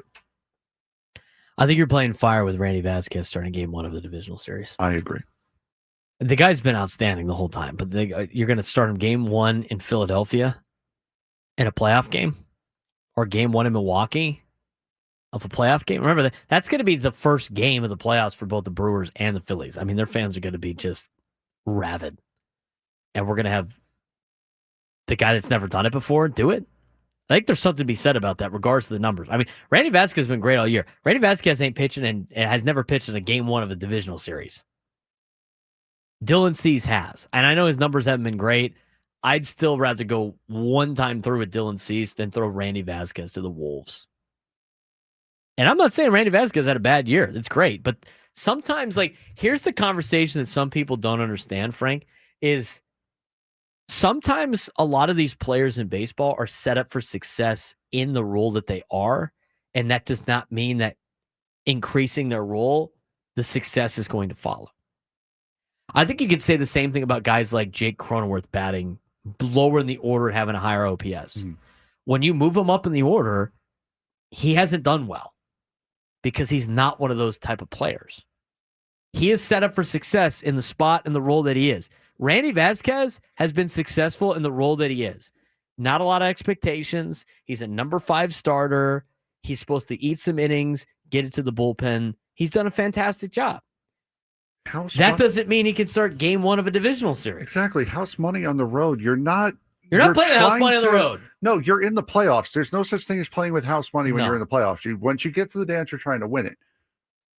And also, it would be it's more incentive to win games on the road because it's going to be an easier time at home.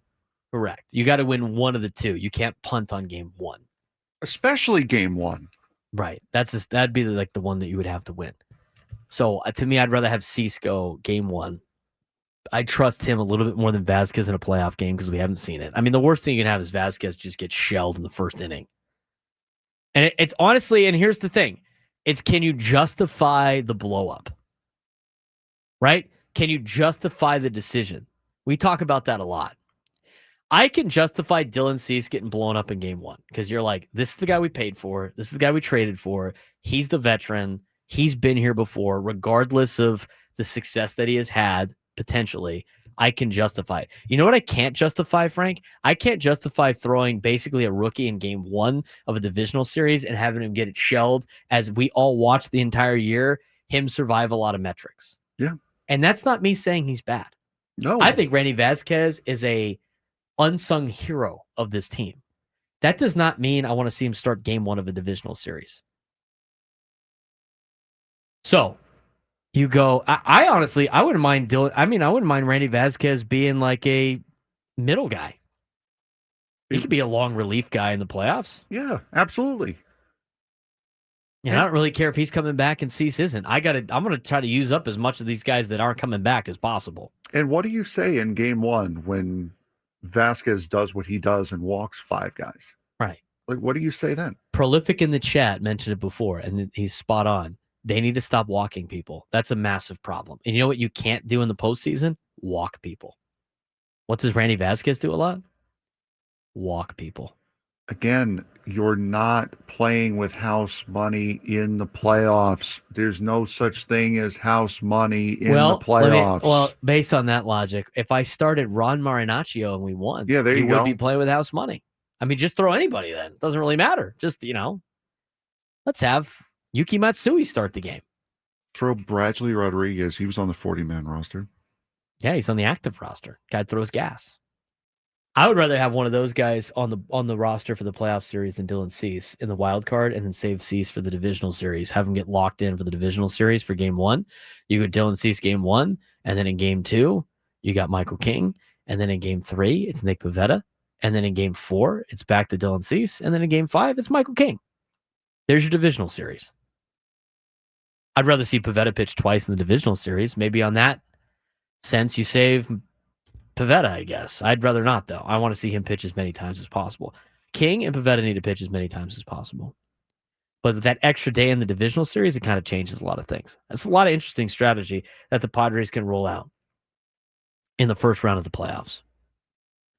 833-288-0973, 833-288-0973. We'll get your phone calls in just a little bit, but also it's time for today's sports thread. You know that group chat? The one that's always blowing up with the biggest sports takes, debates, and breaking news? You got barbecue back there, and you didn't invite me? Yeah, we've got that too. Welcome to the Sports Thread, where we break down the top 5 stories in sports, just like you would with your crew. Oh, no! Disaster! What a bad idea! No filters, no silence, just real talk. All right, Frank, what do we got today on the sports thread? What's going on in sports that's not about the San Diego Padres? Well, it's that time of year where we're going to be getting a lot of football stories, and this was the king of football stories yesterday. Number 1. That is Las Vegas Raiders minority owner Tom Brady is coming out of retirement. Yay. Oh, all right. For what?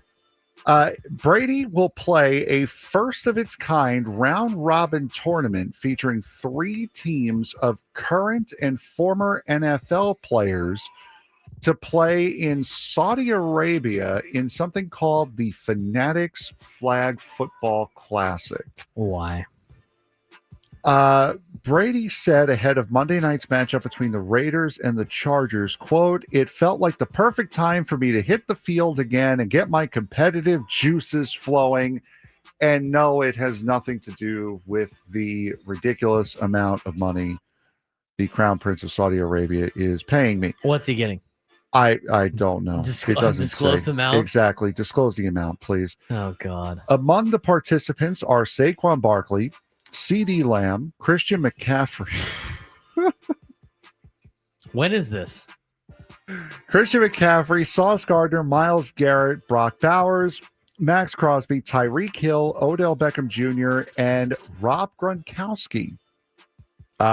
Additional participants consisting of professional athletes from other sports and celebrities will be announced in the upcoming months. Teams will be coached by Pete Carroll, Sean Payton, and Kyle Shanahan. This is going to be played on March 21st of 2026. So it will be during the NFL offseason to quote unquote commemorate I guess. I don't know. Commemorate. The introduction of the flag football into the 2028 Summer Olympics in Los Angeles, which the NFL players are fighting to be able to do. Okay, so they're going to do a flag football thing. Yeah, in they're Saudi doing Arabia. a flag football tournament in Saudi Arabia that was announced by Tom Brady because Saudi Arabia thinks they can buy anyone and everything, mainly because they've bought WrestleMania as well. Technically can. I mean, they got all this money. I don't know why. I mean, I don't want to watch it. That sounds stupid to me, but those guys are about to get paid an enormous amount of money to go over there and play flag football on top of the enormous amount of money they already have. So I guess good for them. I find it funny. I'm not going to watch. I just find it funny that Christian McCaffrey barely plays for the team that pays for him. He's going to play for in a different country. I just find that entertaining. Yeah, how much money is he getting? You don't know. It's undisclosed. I mean, it could be like hundreds of millions of dollars. I'm sure it is. If it's anything close to what the live golf guys are getting, I can see why they would say yes. No, of course. I wouldn't be surprised if they get like $100 million to do this. And this is a country that just bought WrestleMania. WrestleMania is for the first time being held outside of North America. It's not happening in London. It's not happening in England, where there is a huge following of wrestling. It's not happening in Germany. It's not happening in France. It's not happening in Puerto Rico. It's happening in Saudi Arabia. Just wait for them to buy the Super Bowl. Yeah, it's only a matter of time before they buy every event. Get ready, because it's coming. Yeah. Number 2. Thumbs down on this. LSU coach Brian Kelly apologized for snapping at a reporter following Saturday's 20-10 win against Florida. Kelly said during his press conference yesterday, "I've texted with the reporter and offered my apology to him for the way I handled the questioning. I think it's important to understand that my standards relative to how we work with the media on a day-to-day basis need to be higher. I take responsibility for that, and I will be better off in the future." After the number 3 Tigers secured only one touchdown in the game against Florida, the reporter asked Kelly about the team's offensive struggles, in which Kelly snapped. Fair for the question, number 1. We didn't cover this yesterday, but fair for the question to be asked, number 1.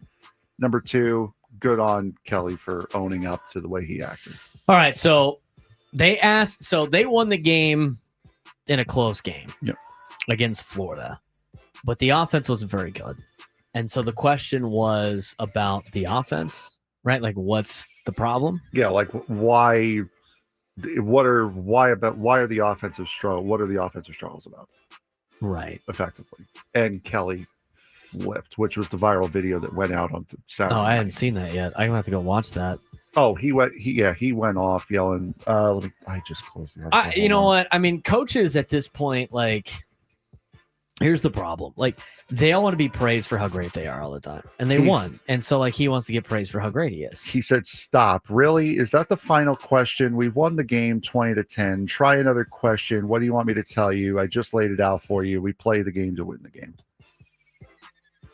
That was his response to. That's kind of ridiculous. Why did y'all only score one touchdown against a garbage Florida team? I think it's a legitimate question. I mean, the problem. I mean, these guys all go into winning and stuff like that, and I just won. Talk about how great I am. I only want to answer questions about how great we are. Well, if you didn't play great, you still won. I mean, there's definitely questions that need to be asked. I don't think it's that out of line. I just think, especially with college football coaches, I just think they get so on this branding thing of I got to protect my brand about how great I am, and therefore I'm just going to lose my mind. It's whatever, dude. I'm not a big Brian Kelly fan either. I don't think he's a good dude, to be honest with you. But no. I digress with Brian Kelly. Apparently, Matty Ice doesn't think too highly of him either. Really quick. Number 3. LA Dodgers star Shohei Ohtani and his agent moved to dismiss a lawsuit filed last month accusing them of causing the Hawaii real estate investor and broker to be fired from a $240 million luxury housing development on the Big Island of Hawaii. I believe we laid this out when we saw it. The real estate investor played a stupid game. He won a stupid prize. Won a stupid prize. Don't feel bad for people that do that stuff, especially in real estate deals.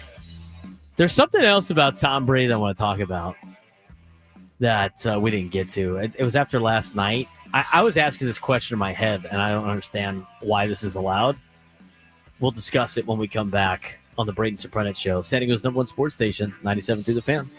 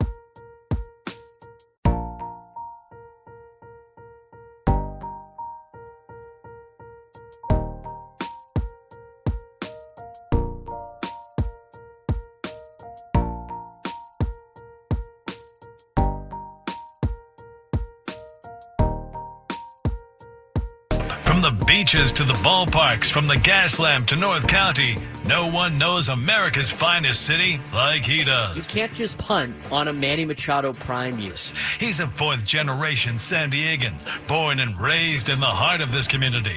Passionate, opinionated, and always bringing you the real talk on your teams, your city, and everything in between. Braden totally knows his stuff. He's ready for the next step. That guy is good. Live and local, it's the Braden Surprenant Show. But I think Braden's one of the up-and-coming young stars in the media game in San Diego. Now, here's your host, Braden Surprenant.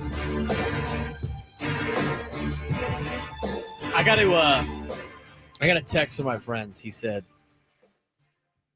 call me by my nickname.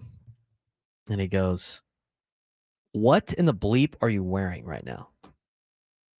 And I was like, an Oilers shirt. What's the problem with the Oilers shirt? He didn't respond to the Oilers part. What's the problem? I liked it. The Titans are cool, I guess. They also suck. Also, I described this the other day, yesterday, after my trip to Tennessee. By the way, you said Sean McVay got hurt during the game? He did. He tore his plantar fascia. Ouch.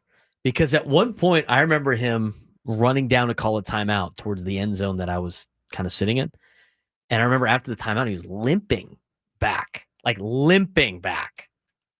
And I was like, what would happen to Sean McVay? Well, now we know. Anyway. The entire time I was at the Titans game, this is what's weird about not having a team anymore. And you know what? Maybe I'm going to be NFL t-shirt guy. Maybe I'll have a different NFL shirt every time. I have a couple of baseball ones, but I feel like it's a little, when I went to Chicago and Cincinnati, I bought an old school Cub shirt, an old school red shirt. I feel like wearing those on air would be kind of ridiculous here. So, but football might be a little bit different. So I got Cowboy stuff. I got Oiler stuff. I might be able to just wear every shirt besides Charger stuff. Maybe I'll do that. I'm still waiting for some high school football stuff sent. I got Steel Cannon sent me something. I already wear the Dawn stuff almost every day. Give me an excuse to not wear Dawn stuff. I have like a 1980s Houston Astros jersey. That's sick. I also have two. I have a Nebraska Cornhuskers and a North Carolina Tar Heels hockey jersey. That is random. It is very random. I did not purchase those. Those were given to me. All of those. As a matter of fact, all of those were. That's given good. I don't know why you'd buy a UNC hockey jersey, although that's kind of cool. I like the colors. I'll wear them one day when it's winter and not boiling hot outside. I like the shirt. I thought it was cool, so I bought it. A little souvenir from the Titans game. They got obliterated. It's weird. And this is the weird thing about not as I start a conversation and then move into four different ones to tell the same story that I was originally talking about. It's weird to me now not having an NFL team. Like I have a fake team of the Cowboys stuff, and people always like lose their mind, which I think is funny because like most of the people, anybody that's my age or younger has never seen the Cowboys win a Super Bowl. In fact, I don't think they've even been to an NFC championship game since I've been alive. So like anybody under the age of 30, making fun of them for being a Cowboys fan is just like kicking a Raiders fan when he's down. It's just like there's no point in doing so. They never got any of the benefit of being a Cowboys fan in the 90s. They missed it all. Maybe they're the reason why the Cowboys can't win. No, it's Jerry Jones. There you go. But I don't mind the Cowboys. I kind of love how much everybody hates them. That's just why I kind of like the Raiders, too. I like the Raiders. I like their style. I'm a big Max Crosby guy. I kind of like the fact that they continue to just do dumb things all the time. It's kind of funny. Plus, I definitely like rooting for them over the Chargers. That's a fact. Anybody that plays the Chargers. Except for two teams. Like I don't really like the Chiefs, dude. Like I don't like the Chiefs. I don't like the Chiefs at all. There's no reason for me to ever like the Chiefs. Even if they're playing the Chargers, I still don't really want the Chiefs to win. And the other team that I really don't like, the Broncos. I hate the Broncos. I've always hated the Broncos since I was a Chargers fan. I dislike the Broncos a lot. I don't like how all their fans come out of the woodwork out of nowhere when they're good. It's like the Broncos, that's a team that as a former Chargers fan, I never stopped hating the Denver Broncos. All the other teams, though, I'll wear their shirts. I don't care. I used to not like the Patriots, right? Because the Tom Brady and the Bill Belichick, but they don't have either of those guys there anymore, and they suck now. I'm not going to wear any random NBA gear shirts, but like the NFL stuff, maybe I'll be like NFL guy. I could be like, what's that guy's name? Rob Lowe? He had the NFL hat? NFL guy. Just wear the official stuff. So, anyway, the weird part about going to an NFL game when you don't really have a team is I found myself, and I talked about this a little bit yesterday, I found myself wearing a Titans shirt. So I bought a Titans shirt and an Oilers shirt. I found myself wearing a Titans shirt, rooting for the Titans, but also realizing that the Rams had most of my fantasy players like standing up and cheering for Puka Nacua on a 40-yard touchdown, wearing a Titans shirt. It's kind of a wild thing. Being the fantasy football fan now, which I always used to make fun of when I was a Chargers fan. Now I am that guy because I don't really care about the teams. Don't really care about the teams. I don't know why people like wandering. Seeing people in Cowboys gear makes me sick to my stomach. Why? I'd love to know that the Cowboys hate. They suck. Like they haven't been good in like 25 years. 30. They really haven't been good in 30 years. And the only people that like talk like how great they are is their own fan base. And that's just because they're living in the past.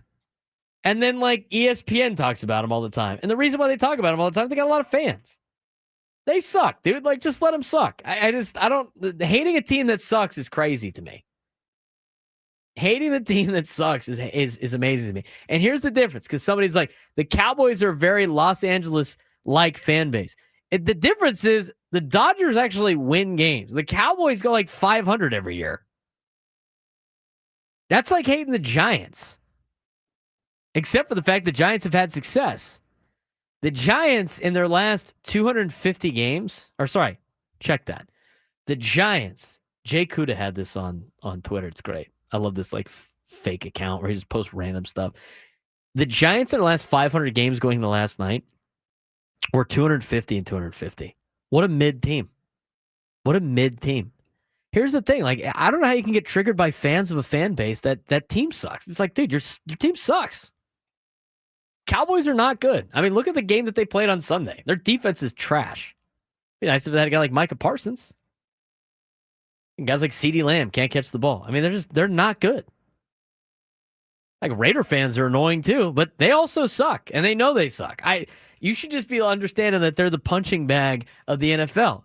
Two organizations that used to be really good in the 80s and 90s that are run by owners that don't know what they're doing and will never win. It's great. No reason to yell at Cowboys fans. Like Mets fans. Nobody hates the Cowboys more than Cowboys fans do. It's funny to me. But anyway,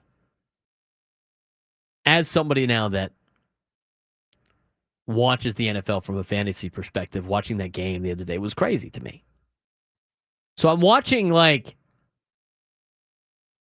the Raiders-Chargers game last night, and they're talking about how great it is that in the coach's booth, Tom Brady is in there with a headset on. And Tom Brady in the coach's booth with a headset on for the Raiders, to me, is so crazy because he's also the main broadcaster for Fox. I don't know why the NFL is just cool with this all of a sudden. He cannot do what he needs to do as a broadcaster because he's part of the Raiders as a part-time owner.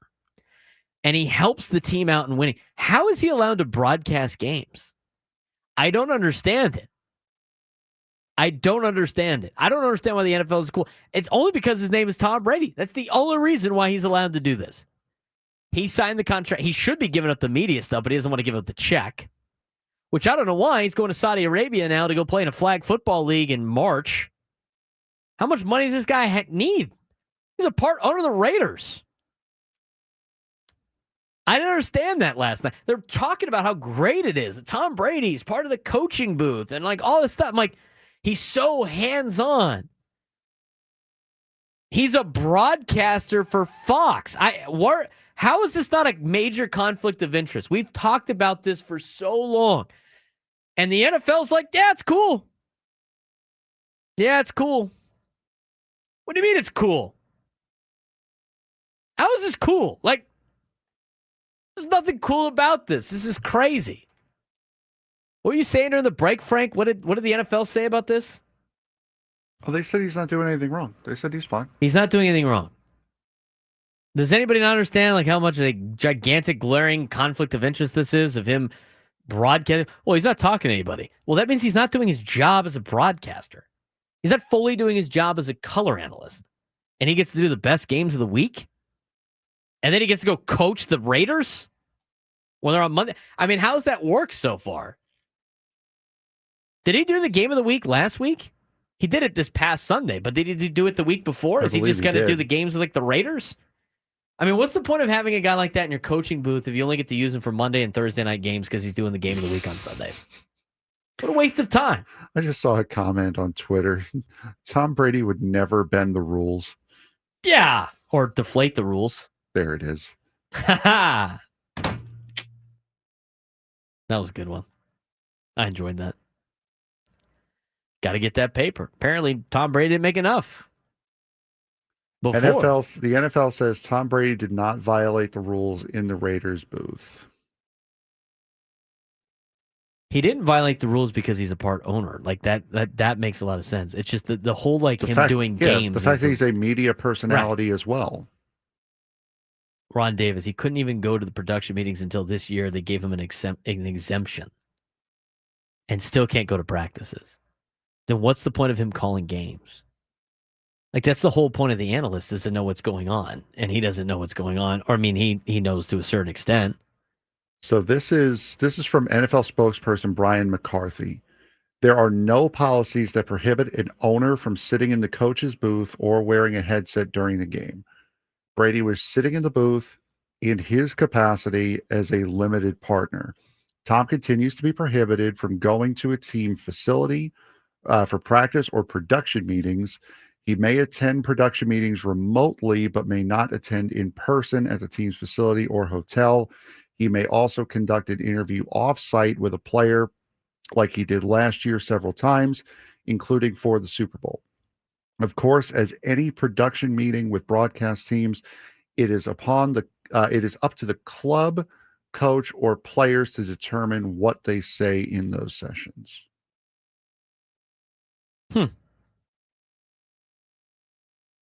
Still stupid to me. I just think it's dumb that he's calling games. He's not doing anything wrong from an owner standpoint, but still, it's just like I can't believe I couldn't have been the only guy last night going like, this is stupid. What is he doing in there? No, you weren't. You're not. The I Tom saw Brady it all over love is Twitter so last ridiculous. Night. And people that still can't root for the Raiders, dude. I love the Raiders. Raiders. Now that I'm not a Chargers fan, the Raiders crack me up. They're hilarious. They're just funny to watch.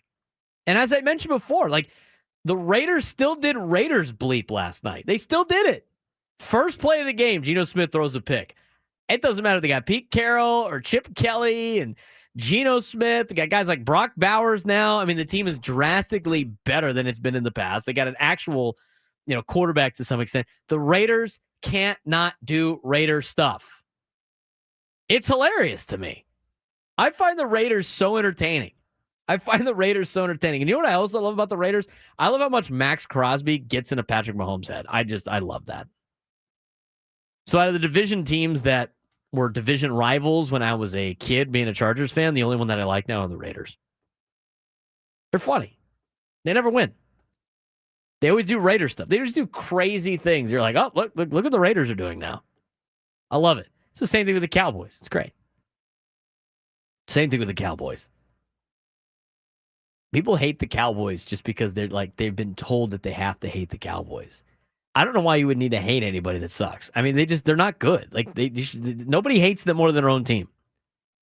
Our guy Ron Davis is in the chat, and he's the guy. Nobody hates the Dodgers more than him as a Dodger guy, and nobody hates the Raiders more than him as a Raiders guy, and nobody hates the Lakers more than he hates the Lakers as a Lakers guy. Those are two fan bases that are like that. The Cowboys are like that too. Holy roller play. Yeah, that was infuriating when you're a Chargers fan. But when you're no longer a Chargers fan, hey, it's kind of funny now.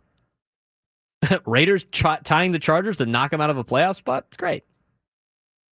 Fantastic. Or beating them instead of tying. Fantastic. I love it. 833-288-0973, 833-288-0973. We're going to recap the National Football League when we come back. It's time for our NFL whip around, and then we're going to get to some overreactions as we continue on in the noon hour. We're going to hear from Sean Lewis in the 1 o'clock hour. He met with the media yesterday as they get ready for Cal, plus some playoff clinching scenarios in baseball, all coming up in the next 2 hours on the Braden Surprenant Show, San Diego's #1 sports station, 97 through the Fan.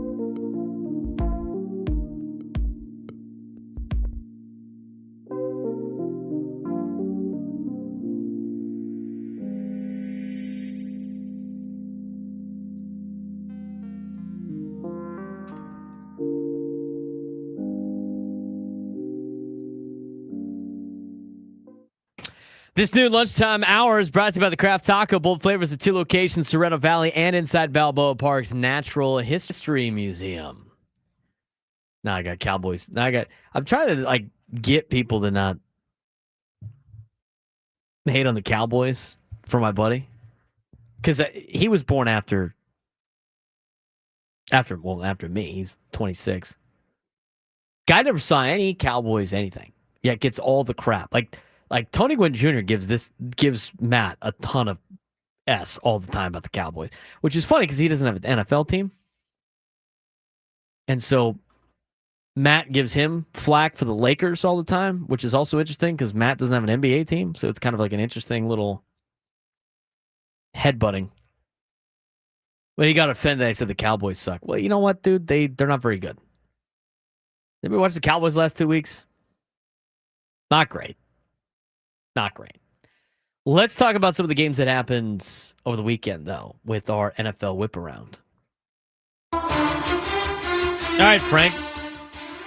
We'll have some highlights on this soon. Yep, another highlightless NFL whip around. All right, no need to talk about the game on Thursday. Packers beat up on the Commanders. Games on Sunday. Bengals and Jags, Frank. Bengals won 31-27. Go to 2-0 on the season. Jacksonville falls to 1-1 on the year. Biggest takeaway, of course, Joe Burrow is going to be missing the next 3 months. Did we ever get an update on that? No, we have not. I have not seen anything. We have not yet. gotten an update on Joe Burrow, whether or not he decided to get the surgery or not. He's got turf toe. He's going to be out potentially for 3 months. They went out and got Sean Clifford to help back up in the quarterback room. So that quarterback room now is Jake Browning, friend of the show, Padres fan Brett Rippon, who is now the backup quarterback in Cincinnati, Sean Clifford, and Mike White. And they were talking to the Giants yesterday about trading for Jameis Winston possibly to take over the reins there. Speaking of the New York Football Giants, they are now 0-2 as predicted with a 40-37 loss against the Dallas Cowboys in the dying seconds of overtime on Sunday. That was a crazy game. I was trying to follow that game on my phone as my phone was dying and I needed to get to the airport still as I left Nissan Stadium and started walking towards Broadway. And it was the Cowboys gave up a 48-yard touchdown late in the game. Malik Neighbors torched them. And you're thinking, wow, this is a rough start to the Cowboys season, starting 0-2, losing to a team like the Giants, who you own and have owned for the last, decade plus. Giants always play well in Jerry World, though. But they never win. Not recently. I think Dak Prescott's beaten the Giants every year for the last 10 years. I mean, because the Giants are the worst team in football over the last 10 years. The Cowboys have owned the Giants. And to lose to them as bad as they are right now and as what the expectations were for the Cowboys to start the season 0-2 would be catastrophically bad. The good news is they have Braden Aubrey. Braden Aubrey's the best kicker in the NFL. He hits a 64-yard field goal to tie the game. And then in overtime, the Cowboys still almost screw it up. And then what happened? They punt with 2 minutes to go in overtime, and you're thinking, this game's going to go to be a tie. And what do the Giants do? They throw a pick. It's like the one thing you couldn't do is throw a pick. You're either going to win or tie if you're the Giants. Russell Wilson throws a pick. Cowboys at Brandon Aubrey. Made it a little bit easier of a field goal. Makes the field goal. Cowboys improve to 1-1. Kind of saves their season for Did a little bit. That 21% of the game-winning field goals from 60-plus yards out have happened against the Giants? I believe it. That is a fact. What's the record? 67? I looked it up. The record's 67. Somebody hit a 70-yarder during the preseason, but it doesn't count because it's preseason football. Exactly right. But the Hall of Fame wanted the jersey still. The Chicago Bears really didn't show up. No, they rebounded quite well after their Monday night loss against the Detroit Lions. They lost a close one, 52-21. Detroit takes their first win of the year. They did what you did in week 1 of the picks. They participated. They attended the game, yes. They start 0-2 of the season. What did I say at the beginning of the year? If Caleb Williams cannot win with this team, Caleb Williams is not good.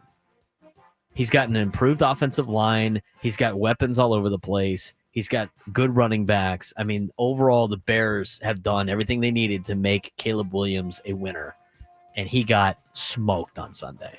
After they blew a huge lead to a Vikings team that did not look very good on Monday Night Football against the Falcons, a team with J.J. McCarthy, who's already out now for a couple of weeks. They're in trouble. I mean, the Bears being 0-2, I thought for sure they would turn things around. Everybody called me a hater last year on the Caleb Williams thing. He has proven that he can't right now win in the NFL. He has a better roster now. He's going to start running out of time, and the Bears are going to quit on him and go draft another quarterback like they quit on Justin Fields. I mean, you got to build your team before you add the quarterback. I've been saying that for a long time. Bears continue to make the same mistakes. Rams and Titans. I was at this game. Rams take a victory over the Titans. They go 2-0 on the season. 33-19 victory over the Tennessee Titans. Rams just have way better players. It seemed like they had better players than the Titans. Cam Ward. Everybody on YouTube do the Cam Ward. He had a pretty good play. It was one of the dumbest plays that you could ever do as a quarterback, rolling out to your right, throwing across the middle, all the way to the other side of the field late, and it being a touchdown. Cam Ward's a good quarterback. Cam Ward is now, there's a couple of things he's trying to learn how to do that you could tell. Like, there are some situations where he's got to make decisions way faster in the National Football League because that window is going to close quick, and he's not going to be able to escape out of the pocket like he did in college. He's learning that, but they got a good quarterback in Cam Ward. They can win with Cam Ward. They just need – it'd be nice to have – they need another receiver. They could use a running back that's not named Tony Pollard. Pollard's a good change of pace back. He's not an everyday back. It'd be nice to have, I don't know, Derrick Henry and A.J. Brown. I also think their coaching sucks with Brian Callahan. They could have had Mike Vrabel. They had Mike Vrabel. They had Mike Vrabel. They had A.J. Brown, and they had Derrick Henry. Titans do dumb things. Oops. But they got a good quarterback now. Trying to screw it up. On to the next one. New England Patriots take the win over the Miami Dolphins, who... What a special teams game, huh? It's a special team for sure. Special teams, special players. 33 special coach quotes as well. 33-27 New England Patriots over the Miami Dolphins at the Rock. Drake May starting to heat up. Drake May, best quarterback in that draft. Drake May is about to prove it this year. Patriots have improved. Patriots got a better offensive line. Patriots got Drake May weapons. Patriots are building around Drake May. They probably should have built the team and then added Drake May, but Drake May staying upright is going to be big for the New England Patriots. It's a good win for them. That's a place that they don't do well when it's hot, and they usually later in the year going down to Miami, but the Patriots get the dub. Dolphins are going to get their general manager and head coach fired by the next 2 weeks. Just remember, to win the game, oh, God, you have to win the game. He should be fired after that. Not lose the game. His biggest problem, Mike McDaniel's biggest problem is he does not value the offensive line and the trench play. They got all these weapons, and they got a good quarterback in Tua Tagovailoa, and they just get themselves killed because they're a 7-on-7 team. And he's just drawing stuff up that's not going to work. This is what happens when you build a 7-on-7 team. You look like the Tennessee Volunteers, couldn't beat Georgia. You look like the Miami Dolphins, who look like they can't beat anybody. Probably also can't beat Georgia. I kid. They obviously could beat Georgia. Another team who can't beat anyone, the New Orleans Saints, and they're proving that. They are 0-2 against the now 2-0 San Francisco 49ers, who won on Sunday, 26-21. They're bad. They're the Aints. They're back to being the Aints. Spencer Rattler's garbage. The team's not good. I mean, Chris Olave has kind of like disappeared on the Saints, at least in terms of fantasy perspective. Good on Rashid Shaheed for getting a touchdown. Decent amount of San Diego guys on the team right now, but they are not good. That is like that might be a good pick for your survivor picks every single week. Pick against the Saints. If you're in the loser survivor picks where you pick the losers every week, pick the Saints every week. You're probably going to win. I mean, the Niners had no starting quarterback. They got no starting tight end. They're banged up all over the place, and they still weren't really threatened by New Orleans on the road. One team you may not want to pick against them is the team that lost yesterday in New York. That would be the New York Jetropolitans, 0-2 now against the 2-0 Buffalo Bills after a 30-10 victory and a Josh Allen broken nose. The Jets aren't very good either. I do like the way that the Jets are utilizing Justin Fields. They utilize them well against the Pittsburgh Steelers, who are also not very good. The Bills, the way that they played against the Jets after. That shows just how big that win was against Baltimore. And also, like, Baltimore handled Cleveland. I mean, you probably watched two of the best teams in the AFC play in week 1 on Sunday Night Football a couple of weeks ago, and I think that proved again with the results that you saw last week. Bills had no problem with the Jets. Bills are not going to have any problems with anybody in their division. Bills are rolling off to a 2-0 start. I think the Jets are doing a good job utilizing Justin Fields. I don't think previous teams utilized him to his best talents, but they still have a lot to really get going in New York. You're doing a really good job of getting ahead to the next score, because one of the teams you mentioned, the Pittsburgh Steelers, is the next score on the list. 1-1 now after falling to the 1-1 Seattle Seahawks, 31-17. I don't think the Steelers are very good. I think they're going to be a problem with Aaron Rodgers. I think as soon as Aaron Rodgers starts losing, it's going to get even worse. I still don't think Aaron Rodgers makes it to the end of the season at his age for Pittsburgh. I don't know why they brought in Aaron Rodgers. I think that's going to be a disaster for them in the long run, but Seattle took care of business, and Seattle's okay. I mean, Sam Darnold went in there and kicked the Steelers' ass. And the Seahawks got him on special teams. I mean, they out-coached them, and that was at home. Everybody was excited about the Steelers after they survived the Jets in week 1. The Jets aren't good, and then they go and Seattle flies across the country and beats their ass. Steelers aren't going to be very good. Clay in the South Bay, cover your ears here. Baltimore Ravens 1-1 now against the 0-2 Cleveland Brownies, 41-17. Ravens are good. You knew the Ravens were going to take care of business against Cleveland. Home opener for Baltimore. I used them as a survivor pick for sure. They were not going to start the season 0-2, and they weren't going to do it against the Browns. Clay in South Bay was right. The Browns do a very good job of bottling up Derrick Henry. They've done it a lot in Derrick Henry's career. They did that. The problem was the Ravens have other answers for them. They didn't bottle anyone else They didn't bottle anybody else up. So they stopped the run, but Lamar Jackson had himself a day with the rest of the Baltimore Ravens, and they win 41-17 over the Browns. Baltimore is scary in the AFC. Speaking of having a day, the Indianapolis Colts are now 2-0 after beating the Denver Broncos 29-28. Very surprising to me.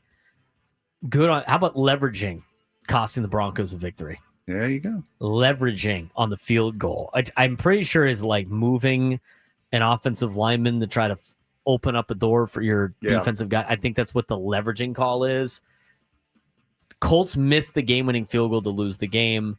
Broncos get called for leveraging, 5-yard penalty. Second field goal is good for the Colts. They end up going to 2-0. I think they're a little bit of fool's gold. If we're talking about contender and pretender, I still think the Colts are pretenders. But I tell you what, Tyler Warren's been a huge asset to the Indianapolis Colts. Yep. Triple threat. Daniel Jones also leading the way there. Arizona Cardinals 2-0 against the 0-2 Carolina Panthers, 27-22 the final. Cards win. I think the Cardinals are also pretenders. I think they're slightly better than they've been in the past, but at the same time, they have beaten the Saints, and they've now beaten the Panthers, two of the worst teams in the National Football League. Panthers are not good. They've continued to not be good. They've improved on their offense. Bryce Young's still okay in the National Football League. Results we saw coming. The 2-0 Philadelphia Eagles against the now 0-2 Kansas City Chiefs. Eagles win 20-17. I was surprised by this. I thought the Chiefs would win at home. I thought they could get the Birds at home. You know, everybody's talking about the tush push or the brotherly shove. There's a lot of things on there that are penalties that they're not calling at the beginning of plays. And the other thing, too, this is what's funny to me. The NFL doesn't care about player safety. They never have cared about the player safety. They just do what the public thinks is good for player safety. Public likes the tush push. They like saying tush. I'm convinced of it. The tush push is not a safe play. And before anybody says it's rugby, it's not rugby. Okay? Rugby, they interlock their shoulders and everything like that. By the way, rugby's got a lot of neck problems. Okay? So they're both violent sports. You're not going to make violent sports safe. But I will say this. The tush push is not a safe play for defensive linemen. Also, the Eagles' offensive line is all offsides when they line up. Mm-hmm. I mean, they're all offsides when they line up. They're in 4-point stances. I mean, it's an illegal play, but everybody likes saying tush push, so they keep it around. Meanwhile, the kickoff, which is the dumbest play in all of football, the kickoff that they have, and I hate that they brag about it all the time. Like, oh, look how entertaining it is. Like, this has been entertaining now. It's like, look how great we are. No, it's stupid. It's still a stupid kickoff. It looks even dumber in person. But and the whole onside kick rule and everything like that is like that. Them picking and choosing when they want to be safe is hilarious to me. It's hilarious to me. Moving on to the next game. Atlanta Falcons on Sunday Night Football showing up big against the Minnesota Vikings. Both teams now 1-1. Falcons 22-6. Bijan Robinson's legit. Guy's badass. Bijan Robinson is getting even better. I like the clip that they played of Saquon Barkley talking about how great Bijan Robinson is, and then he goes and rips off like huge runs. Atlanta's going to be good with Bijan Robinson. I like Michael Penix Jr. I think he's done a great job for Atlanta as well. And they should have won game one. I mean, they had that game won. Younghoe Koo cost them the game. Well, I mean, there's other mistakes. It's not always on one kicker. The new kicker that won the job last week looked like he filled in nicely. That's a good bounce back win for the Falcons. Even though Minnesota is okay, that's a good win for Atlanta to go to 1-1. We'll just rip through both games from last night. Both teams, both winners now 2-0, both losers 1-1. Bucks beat the Texans 20-19. Chargers beat the Raiders 20-9. Chargers are good. Raiders are not. Raiders are not good. Tampa Bay and Houston look like they both wanted to lose that game. Houston's bad tackling at the end killed them, and that was it for that. That was the NFL whip around. That was fun. It'll be even more fun with highlights next time. We're working on that. We're working on that. We're trying to get there as quickly as possible. We're going to try to get to some NFL overreactions in the next hour. We'll get you the high school football rankings that came out. They came out late yesterday. And here's everybody that's like, oh, Cowboys fan complaining about the Eagles. I'm not even a Cowboys fan that much. If they win, I don't care. If they lose, I don't care. I don't care. It's not the same. I will never have the same love for an NFL team like I used to have.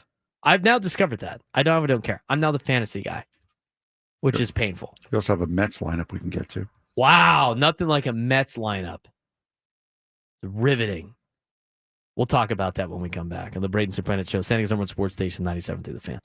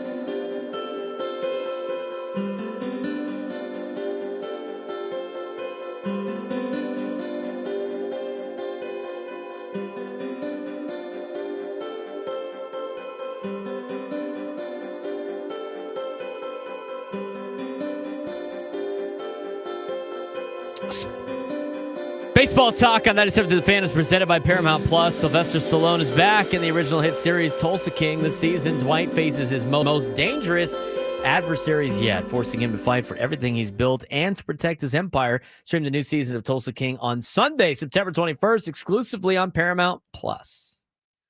We have ourselves a lineup for the Mets and the Padres, huh? Padre lineup just came out a few seconds ago. Well, one tease that's going to make me smash my head into the wall. So Yeah, it's not great, wait. Bo. I It ain't can't great. wait. Can't wait. Do you want me to postpone it a little bit by giving you the Met lineup first, or do you want to get all the brain damage now so you're not conscious for the Met lineup? Ron has offered you a I saw comically that. oversized Lindor card. He actually texted me about that. So he's trying to get rid of it. And he said, what a more perfect week for Frank to get an overly sized Lindor trading card than right now. Got this it. week. So if he does well, maybe that. But you know what? It says $5 right now. If Lindor hits a home run, that might move up to $6.50. There it is. All right, lineup time. Which one do you want first? The losing lineup, the Mets lineup. Francisco Lindor, Okay. Juan Soto, Wow, surprising. Pete Alonso, Brandon Nimmo, Mark Vientos, Jeff McNeil, Brett Beatty, Francisco Alvarez, Cedric Mullins. That is your lineup for the New York Metropolitans tonight. How about it? Padre lineup. Padre lineup. Leading off in right field, Fernando Tatis Jr. Batting second, playing second, Luis Arraez. Batting third, playing third, Manny Machado. Batting fourth at DH, Gavin Sheets. Batting fifth in left, Ramon Laureano. Batting sixth in center, Jackson Merrill. Batting seventh at first, Ryan O'Hearn. Batting eighth at short, Jake Cronenworth. Batting ninth, catcher, Freddie Fermin. Well, the bottom of the order is great. I got to pull up it on MLB.com because they like to list all the OPSs for the Padres. Who do you want? Because I already have it up. I mean, I just gotta pull it up for myself just so I can see it. But if you look at going from top down, Fernando 805, Arraez 706. Right, I got it now. We're good. Okay. Laureano 870 is batting fifth. O'Hearn 788, which is not as good as it has been in the past. He's batting seventh. Jake Cronenworth's got a 756 OPS. He's batting eighth. Your worst OPS is Freddie Fermin. He's batting ninth. That's fine. Your second worst OPS is batting second. And continues to bat second. And it still continues to not make sense. And the response every time is, he's a 3-time batting champion. Great.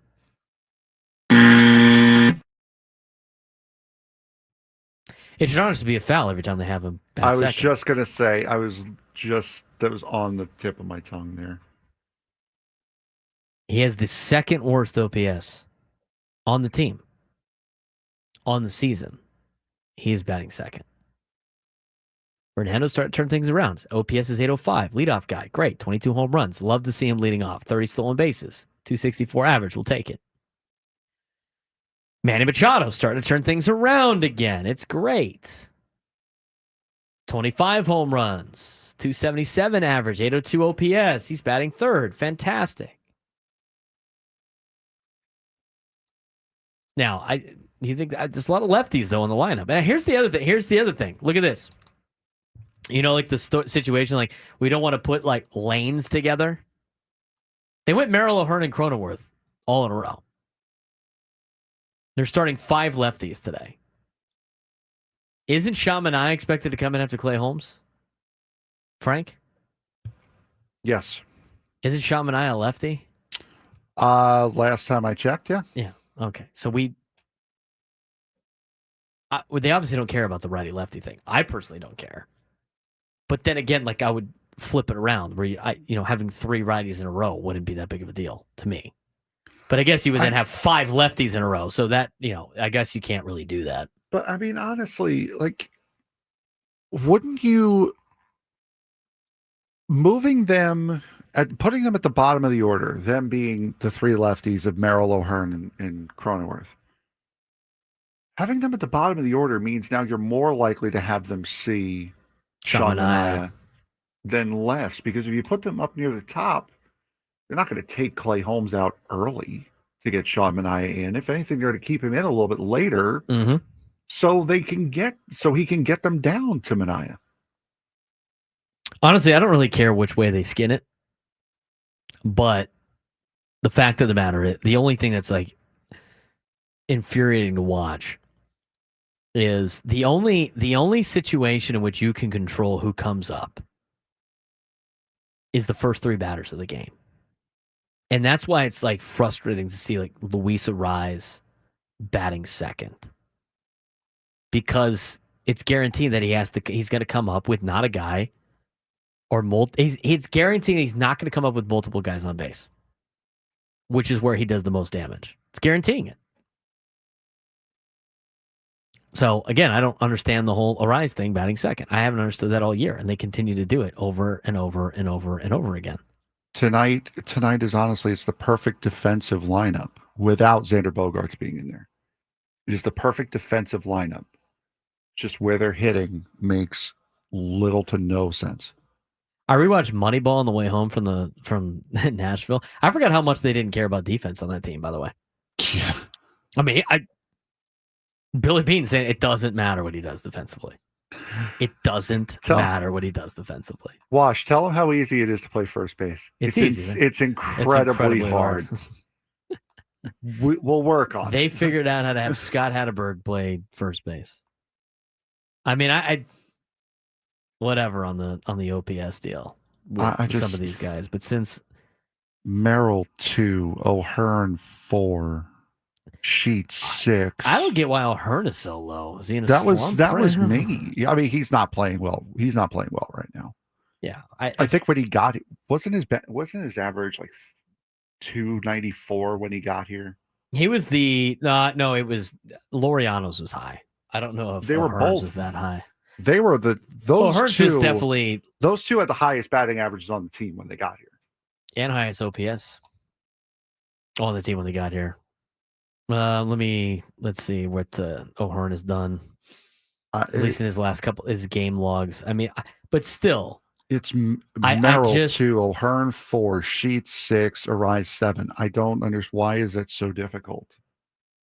Yeah, O'Hearn when he showed up had a 282 average with an 836 OPS. It's down to 270 with 788. So he's obviously has not played that well. But here's the thing: like when Arraez did it, it's like you can't take him out of the 2 spot. O'Hearn does it, we'll move him down to 7th or 8th or whatever he's batting tonight. I don't understand. O'Hearn in a Padres uniform is hitting 236 with a 663 OPS. All right, fair enough. I mean, fair enough. Schulte's beholden to his guys. I mean, he's loyal. Give him credit for that. He's loyal to a fault. The thing is to me is the Jackson Merrill thing, right? He mentioned how Jackson Merrill and Fernando Tatis Jr. are the best, I want to say couple, but best 2 in Major League 1-2 punch in Major League Baseball. The best 1-6 punch tonight. Yeah. Best 1-2 punch, good combo in the outfield. I mean, they're going to be here for a long time. They're both signed under contract for a long time.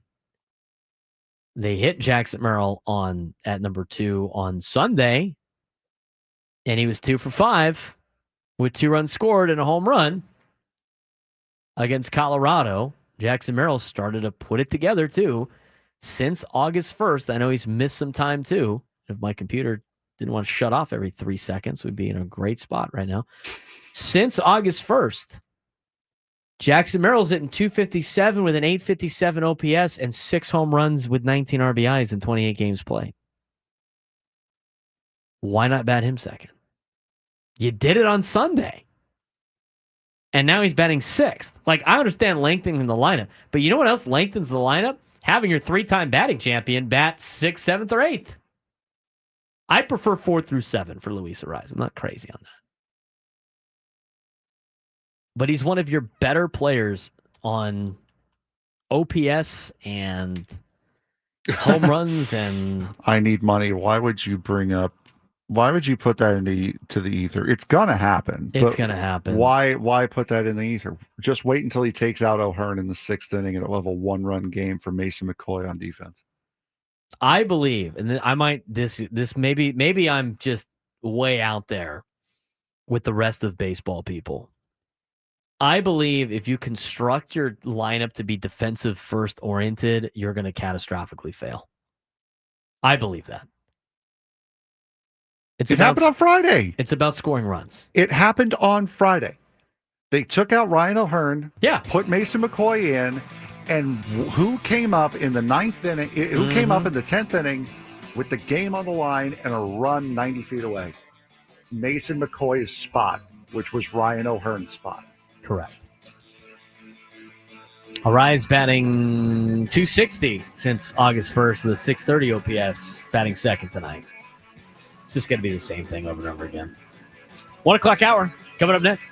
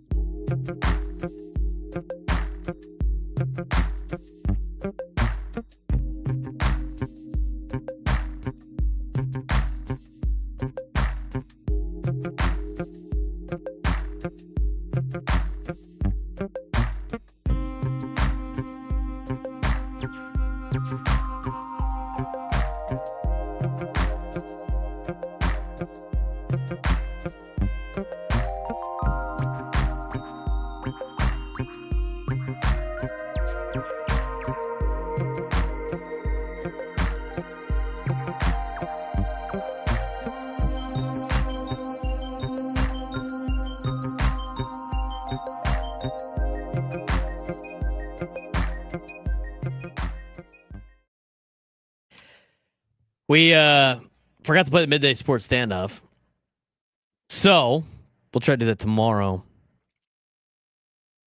What's it called? We will not have a show on Thursday. Tomorrow is our second to last show of the week. Padres baseball will be on during our time slot on Thursday. No roundtable on Thursday either. How about that, Frank? What are we going to do without roundtable pizza? Live normally, at least as far as I'm concerned, because I never have it. I don't know why you don't eat it. Because it's always gone by the time That's I get true. here. You guys enjoy it Eat so it up much. a lot. Hey, not wrong. Anyway, so you have Wednesday and Friday to try to get qualified for a midday sports standoff.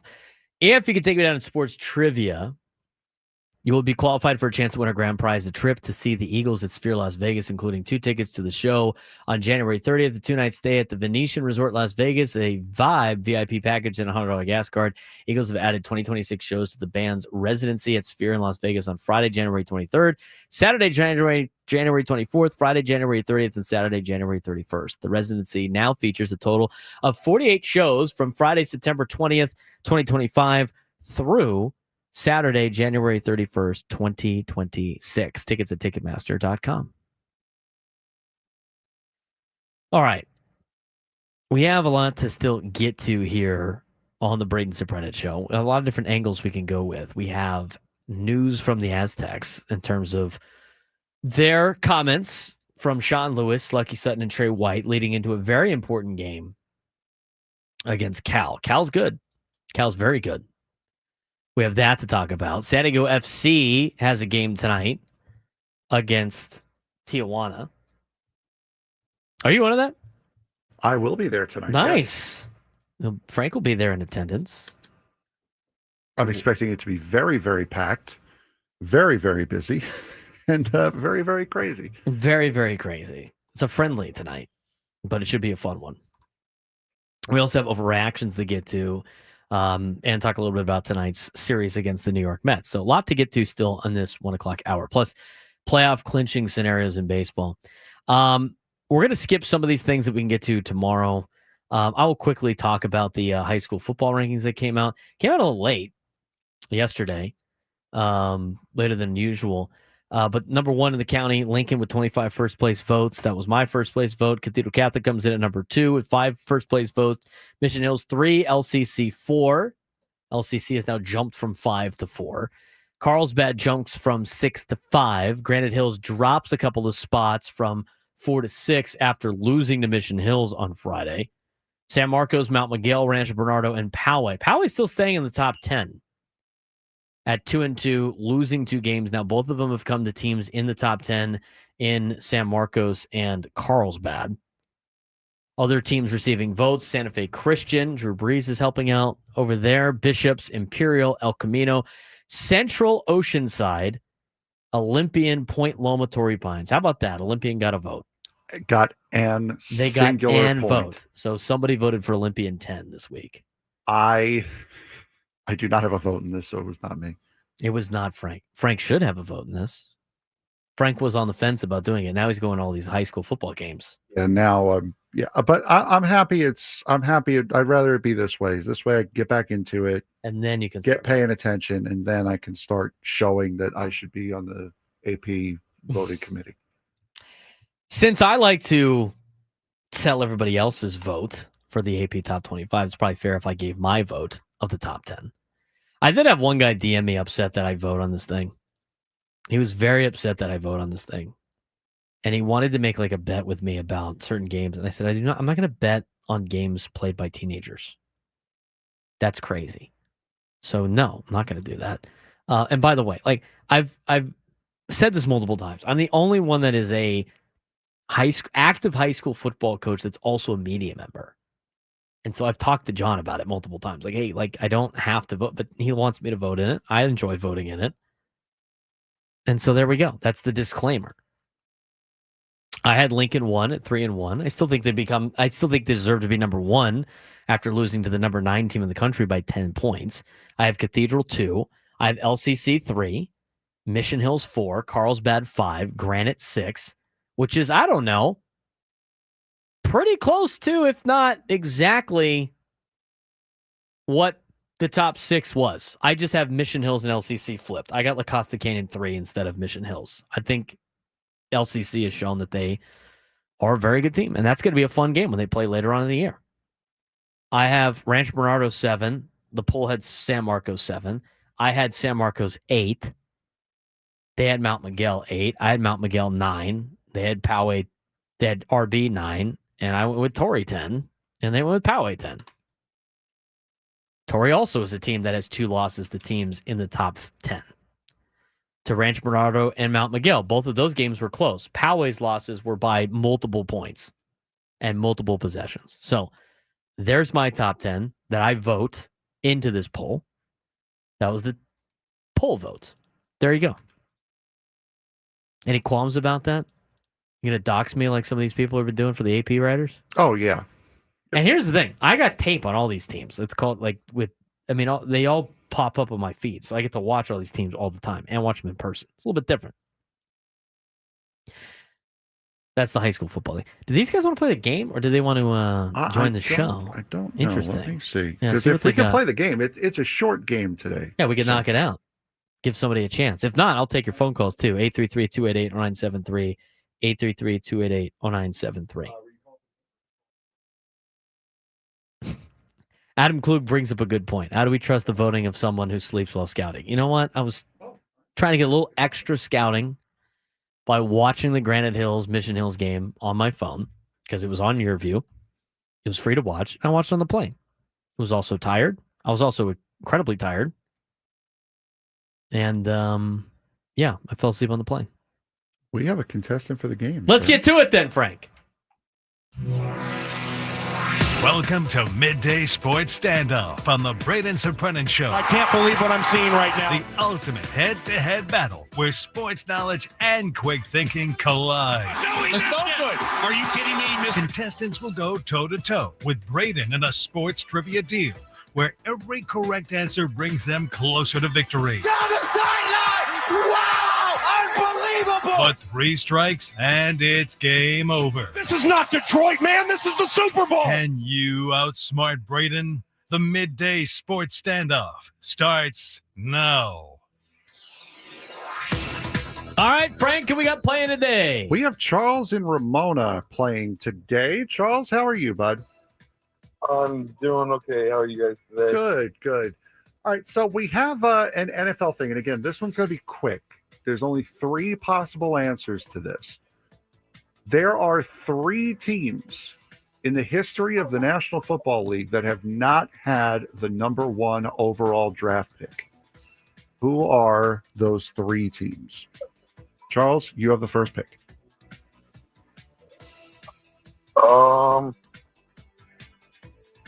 Let's go the Steelers. Steelers have had the number 1 overall pick.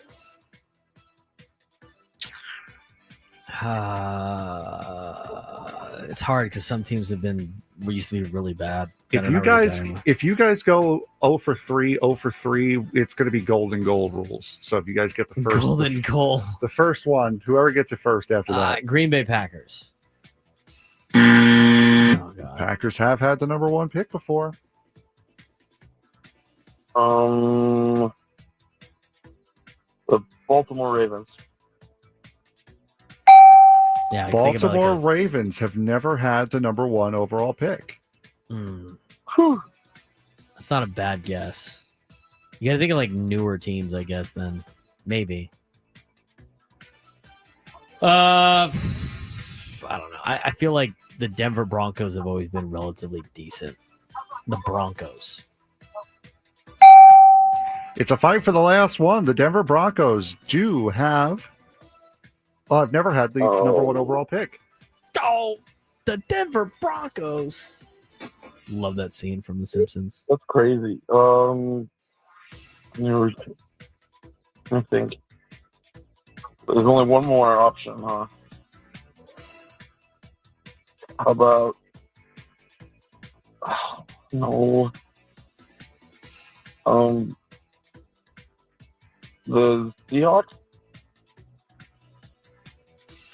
Wow. The Seattle Seahawks, correct. What a guess. Wow. What a guess. Wasn't all that difficult now, No, was apparently it? not. Charles, stay on the line. That was threatening golden goal Get you there. on. Well, I'll get your information during the break. But yes, it was the Seattle Seahawks. The Broncos, Ravens, and Seahawks have never had the number one overall pick in the NFL Denver draft. Broncos. How about that? I was not going to guess Seahawks next. So, anyway, we do want listeners to win. Exactly. Yeah, and what just happened, Adam? The listener Adam won. is trolling you. Adam and Nate are trolling you No, guys. I know. Trolling you I so see bad it. in your questions. I see it. What NFL logos have a trapezoid hidden in them? That's great. That's a square. That's not a trapezoid. Listen, who won today? That's a square. Was That's it not a trapezoid. Did the listener win today or did Braden win today? That's exactly what I thought, guys. Name one player to have 3 triples in one MLB game in MLB history. Which NFL team starting quarterback got married on Flag Day? Adam's on a roll, dude. The trapezoid thing had me dying, Nate. That's hilarious. That is so funny. Which MLB teams have a circle in their logo? Killing me with that question. It's insane. Excuse me, Psychotic. sir. That is an oval. I was with the sales meeting. I was in the sales meeting today. And then they decided to do like a sports trivia game between me and some lucky contestant that's on our sales staff. So it was M that got to be picked. I picked out of a hat. And George, our guy, decided to come up with questions, like sports trivia questions in San Diego. He asked ChatGPT. First question they ask.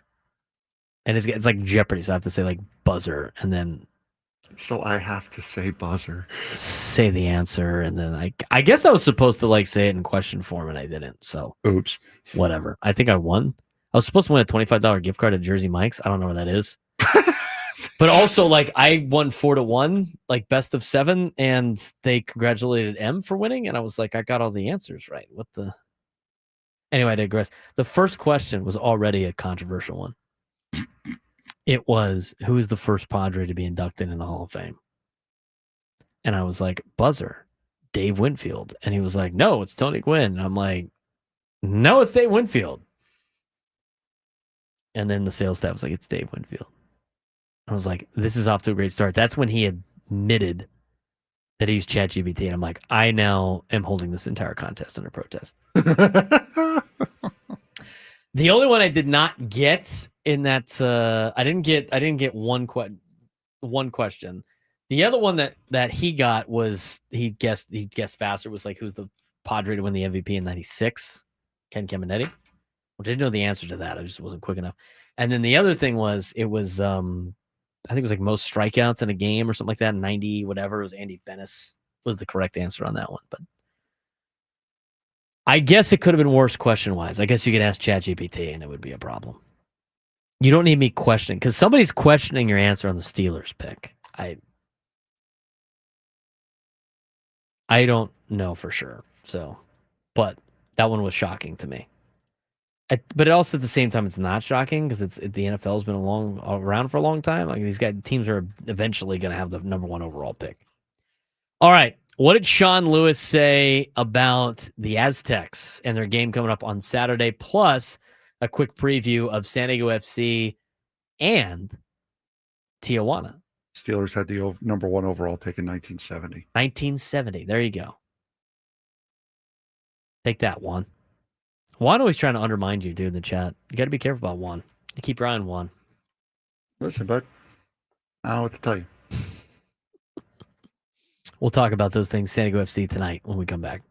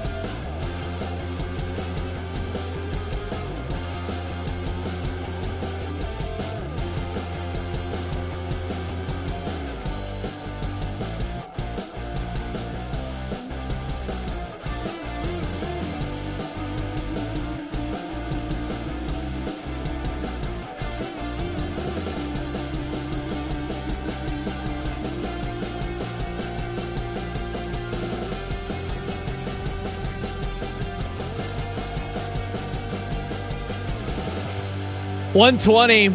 I was wondering why Charles and Ramona was still on hold. But you know what? It's because I'm an idiot. It happens. It happens. Frank got off to a rough start today. I knew it was not going to be that great of a day for Frank because he started the show like this. Just like hands covering the face, irritated about something that he did, which he has now righted the wrong. Now, here's the deal. I want to hear what Sean Lewis had to say about Aztec football leading into Saturday's game. He talked with the media yesterday about it. And Frank said, like, we could get to it tomorrow. But at the same time, if we get to it tomorrow, he could have just done the editing tonight again, or just save the stuff again, and then everything that he did But we would be weren't for a planning on ways. that wasn't the plan, though. We could do it tomorrow. I'm not gonna have an issue with it. If you want to do it today, we can do it today. If not, that's fine too. We should do it today. You had to re-edit it again. Did you edit out all the? Did you add some space in between some of his answers to like Nate said, or? Sure. This hour on 97 through the Fan is brought to you by U.S. Wellness Meats. Overwhelmed by processed foods, U.S. Wellness Meats offers an all-natural alternative. 100% grass-fed beef, pork, poultry, wild-caught seafood, and more. Ship free from family farms. Get 20% off your first order at uswellnessmeats.com. I do want to get to that, and I do want to get to San Diego FC.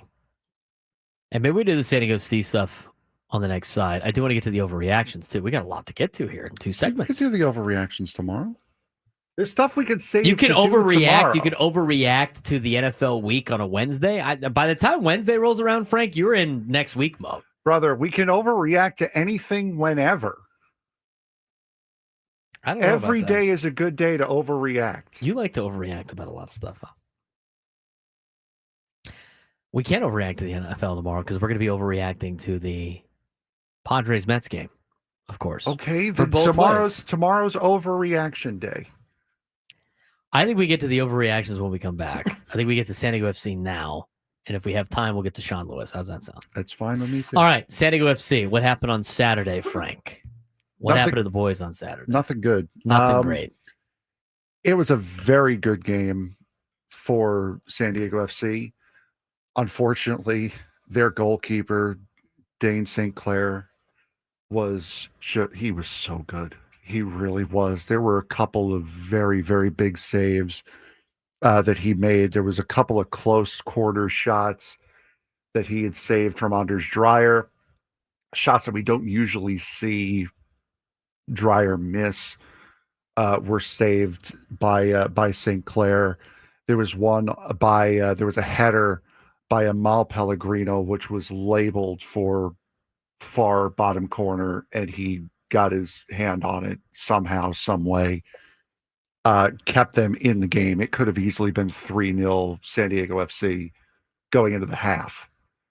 And then just couldn't get anything on offense to start the second half. Minnesota got some momentum, got a goal, got another one 3 minutes later, and by that point, it's like, okay, it just was not meant to be tonight.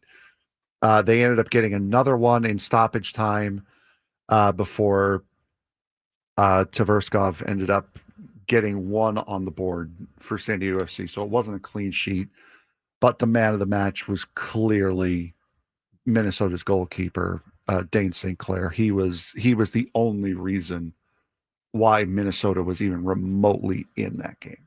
You know what? Sometimes that happens, right? Exactly right. Sometimes that happens. They dropped the game against Minnesota United FC. They're back in action tonight with a friendly, which will not count towards the MLS standings. Now, looking at the MLS standings, San Diego is just 2 points ahead of Minnesota, 56 points. Minnesota with 54 points. Minnesota, San Diego, and Vancouver have all clinched playoff spots. All three of those teams are currently in a good spot to host in the first round of the MLS playoffs. There's still a handful of weeks to go in the MLS. In terms of the Supporters Shield standings, taking a look with that loss, San Diego FC is 1 point behind Philadelphia for the top mark in all of the MLS. So still within reason to make that happen if they want to win the Supporters Shield and get that feather in their cap in their first year in existence here in the MLS. Tonight against the Cholos should be a fun time. As San Diego FC and Club Tijuana.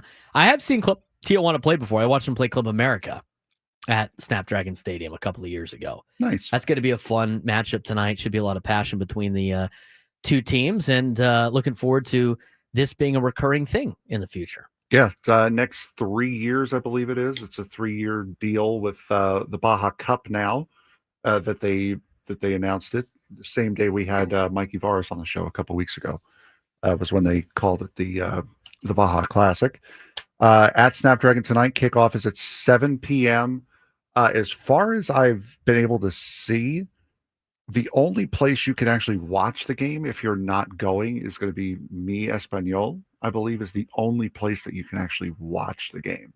You get it both English and Spanish on the radio, and I believe Mi Espanol is the only place you can watch it if you're not going. Which has a partnership, I think, with DirecTV, so it might be on your DirecTV. Might be. Don't quote me on that, though. Check your local listings. Yeah, exactly. Check your local and international listings in this case. We got a Padres bobblehead that we are not giving away, but advertising for. Luis Arraez bobblehead is coming up on September 22nd against the Milwaukee Brewers. That's going to be a fun game.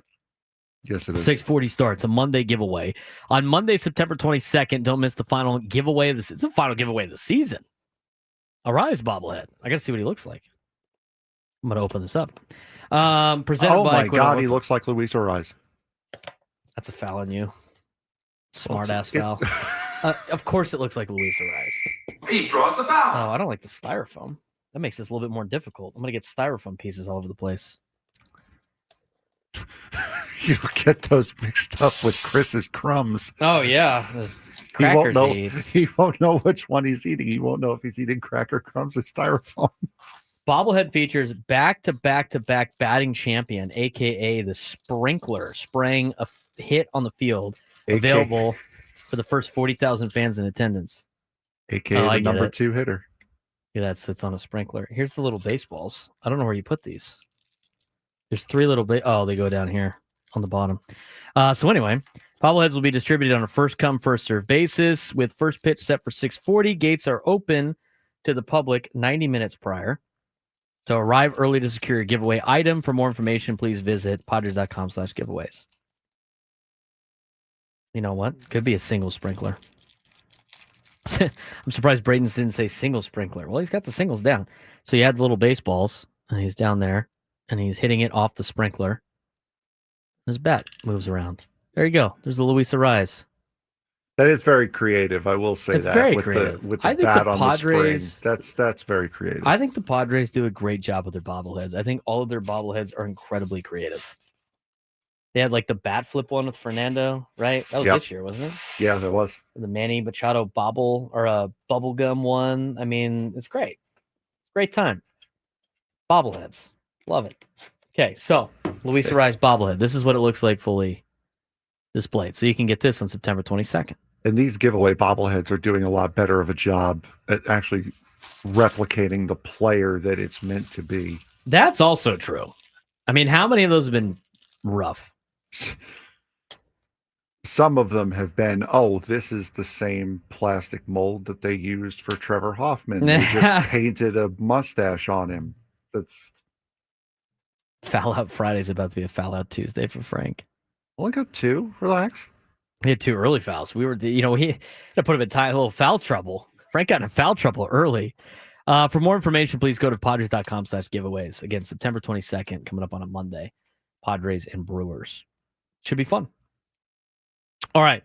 We do have some time. Let's get to what Sean Lewis had to say about the upcoming game against Cal. What happened on the week of practice during the bye week? Let's filled in with Sean Lewis. Front half of the week, put a major emphasis on that as we went. And then, again, throughout the week, we were introing some of, obviously, Cal and the things that they were doing with the information that we had through the first 2 weeks of their opponents, and then being able to refine the plan over this weekend with what we had seen from the Minnesota game. And, dotted the I's, crossed the T's, and we'll get into those situational specifics of it all as we move through this week. But guys did a great job. They responded properly. They've done that all along. We're eager to get back to work. They did it the right way. And looking forward to, carrying that through this week of prep and doing our process better so that we can go earn, better results. Let's talk about who they're taking on in Cal. Cal's got a great freshman quarterback. Guy's pretty legit. Should be a fun time to... Please tell me you're going in order because I did not name these the same way I did before. No, I'm skipping the second one that's 56 seconds. Thank you. I'm going to the one that's 25 seconds. Gotcha. Cal's freshman quarterback. Here's what Sean Lewis had to say about him. He's efficient. He throws on time and on target. You can tell he's very decisive, and he trusts the pieces that he's playing with, so he's done a really good job to where, again, as simple as it is, if one's open, he's taking one. If one's not and he progresses to two, and two's open, he's taking two, so again, he's just been consistent with his footwork. He's been consistent with his decision making, and he's done a really nice job throwing on time and on target, and playing catch with his guys. He's pretty good. Cal's got a pretty good signal caller. With 3-0 right now. What's his name? Sagapolete? He's done a great job. He's 71 for 106 with 780 yards. He's got 6 touchdowns, only 1 pick. He's been sacked 4 times. He's been a big reason why the Cal Golden Bears are 3-0. They had a decent Minnesota team last week. I mean, this is going to be the best opponent that San Diego State faces all year. I mean, Washington State's not good, and you saw them play against North Texas last week. So there you go. Next one, Sean Lewis on the challenges of facing said quarterback. I mean, based off the film I've seen, he's got a lot of things figured out already, right? I mean, there's a calm and there's a composure to what he's doing. Again, I value the game reps. He's obviously mature beyond his years, but anytime you're able to accumulate, more game reps, see more pictures, it's only going to lead to greater confidence and greater conviction in the decision making, a greater familiarity with what they're doing within their scheme. But man, he's doing a great job with what they're asking him to do and the way that he's operating it. And you can tell each week as they go, there's not a situation where he doesn't seem comfortable, where he doesn't seem confident, and that they don't have him operating at a high level. Just like at the end of the first half, this past week, they get an opportunity for him to go execute a, end of half 1 minute drive, and they cut him loose and they come away with points, right? So it's like he's learning, he's growing obviously on the job, and he's doing it at a very, very high level. So we got to do a good job, obviously making it really tough on him. Last thing that we're going to get to, last couple of things we're going to get to. Trey White talked about what the defense needs to do against Cal this week. We just got to make the plays that come to us, really. And then we just got to just be relentless in our pass rush. We may not get there on our first move. We just got to keep on throwing those counter moves. And we know the D-line is going to be a huge part in this game. We got to stop the run and force them to pass the ball. And once we get them in those third and long situations, we got to be ready to eat and ready to make some plays. From the offensive side, Lucky Sutton met with the media yesterday. They also told the media about what the team is focused on during the bye week. We got to focus on ourselves, focus on the little details we need to work on as a team and as a whole. We got to really focus on things we needed to work on rather than focus on somebody else. So it was a really good opportunity for us to get better. So we'll see what San Diego State does against Cal. It's not looking great based on what the team that beat up San Diego State did last week against North Texas and what Cal's been doing so far this year. I mean, Cal's been legit. 3-0 to start the year to beat Oregon State, Texas Southern. Texas Southern is not one of the better teams in college football, and then a good win against Minnesota at home. Cal's got they're a 12.5 point favorite against San Diego State Saturday, 7:30, CBS Sports Network. Frank and I will be in attendance. Go watch the Aztecs. It'll be the first game for me to watch Aztec football in person. We'll see if San Diego State can bounce back from a week. We'll see if the bye week prep has helped them out at all. When we come back, we'll overreact to week 2 of the National Football League, and we will get you a preview of Padres and Mets. No better person to do that with than our resident Mets fan and Frank Marchese. We'll see how much doom and gloom he has with the New York Mets when we come back.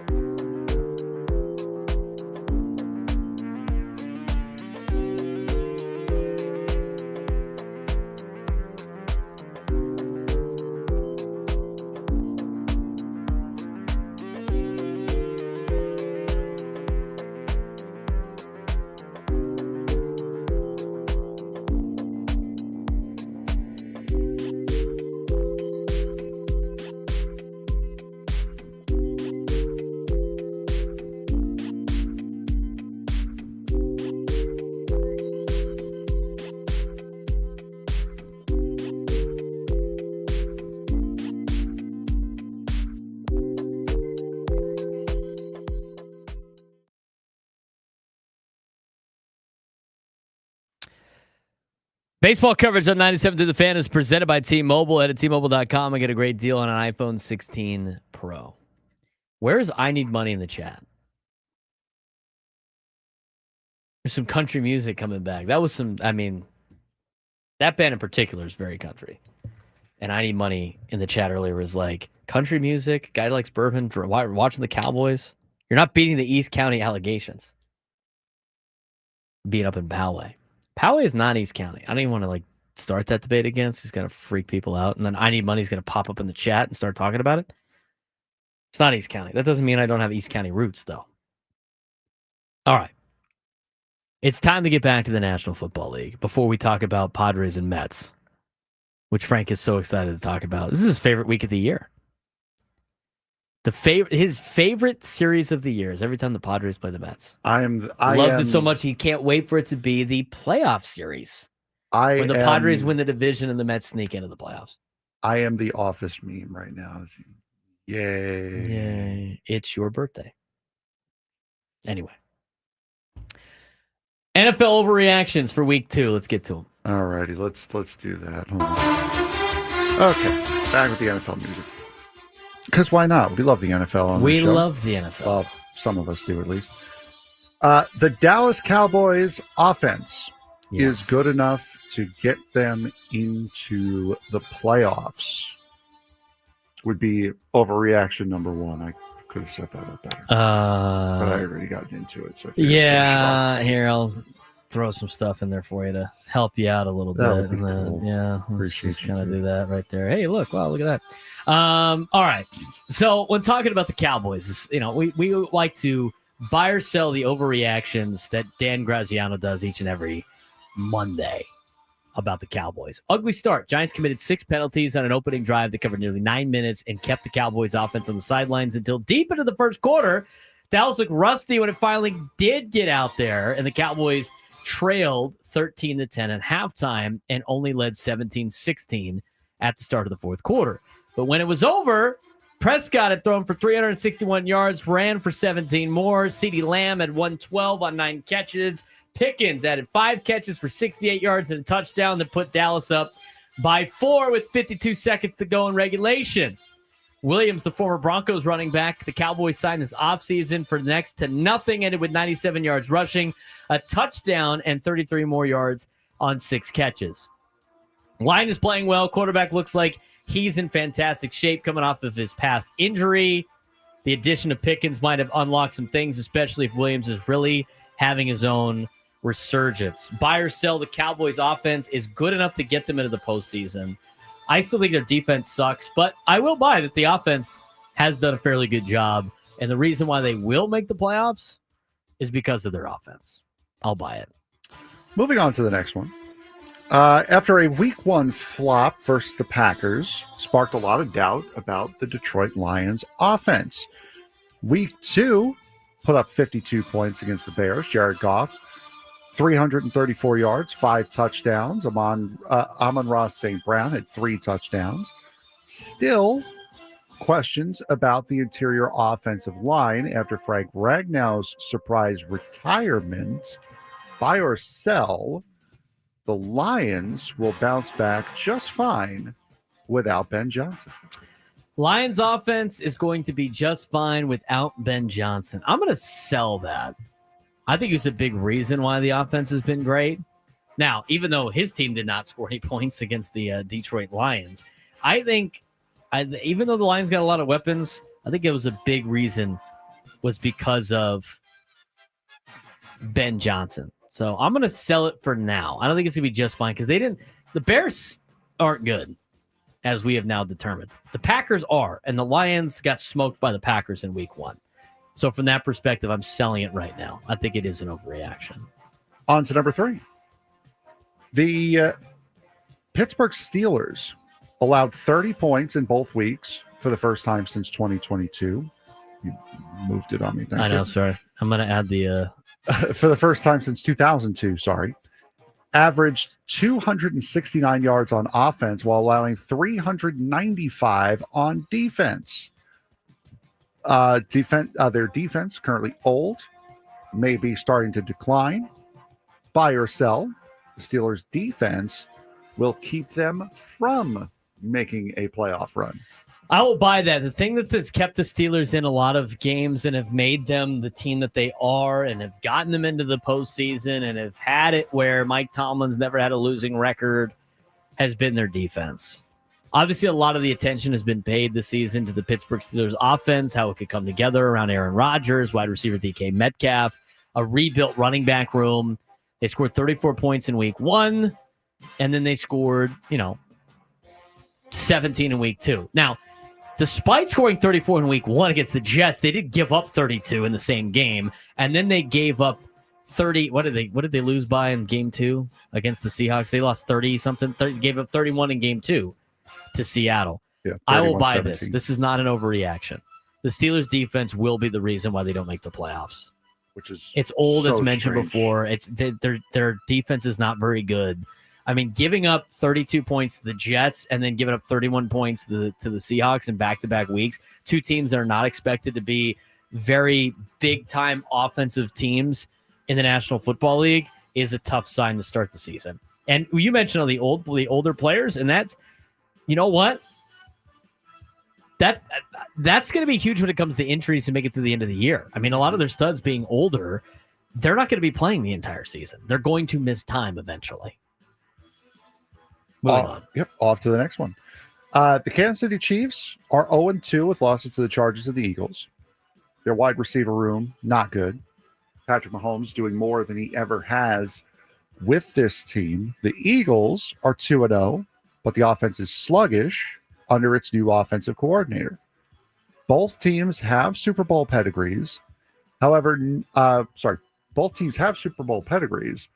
Buy or sell, neither the Chiefs nor the Eagles will be a representative in the Super Bowl this year. I'll buy it. I don't think it's an overreaction.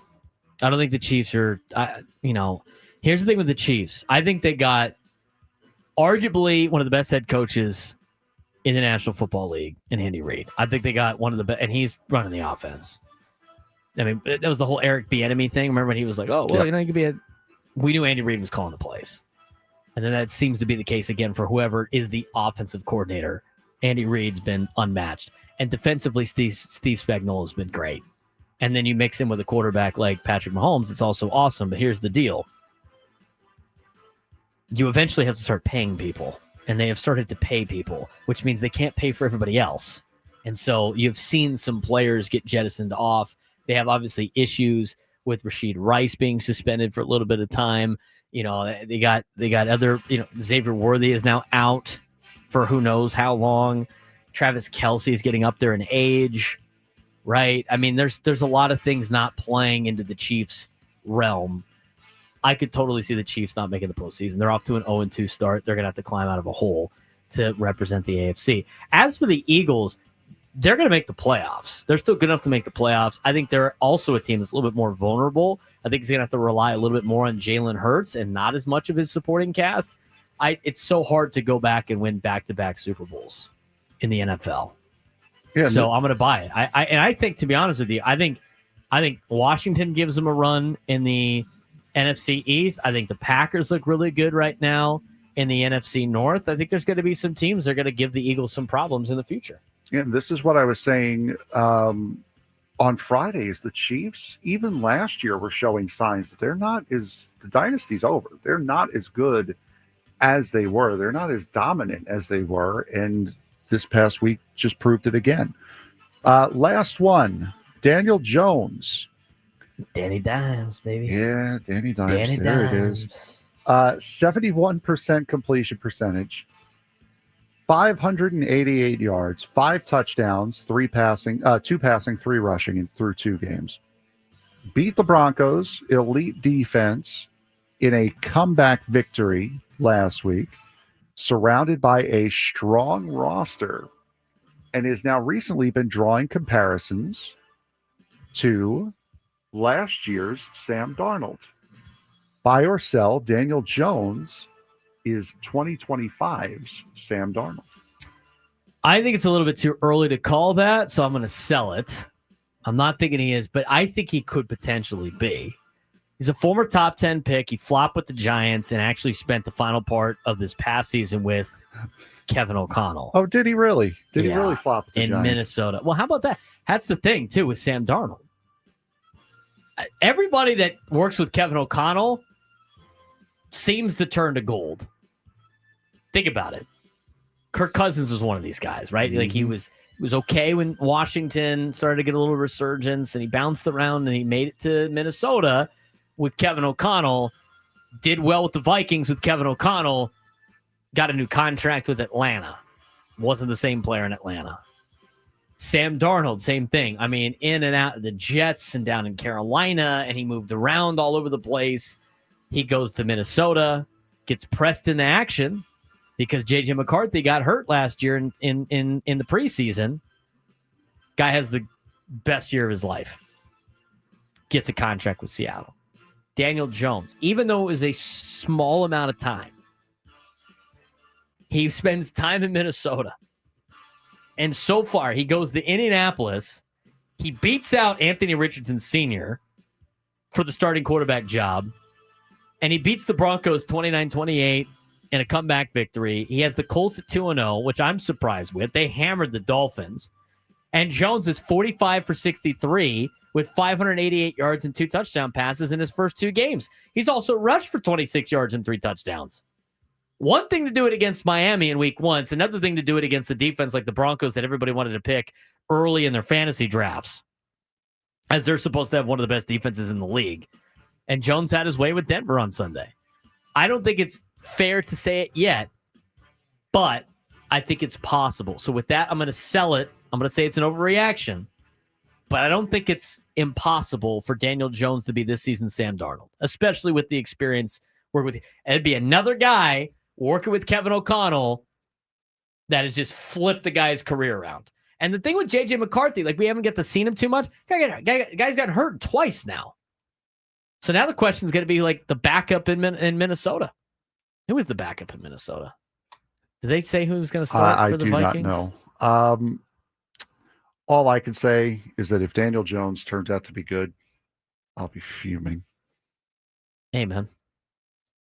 Kevin O'Connell. I will be properly annoyed if Daniel Jones turns out to be good.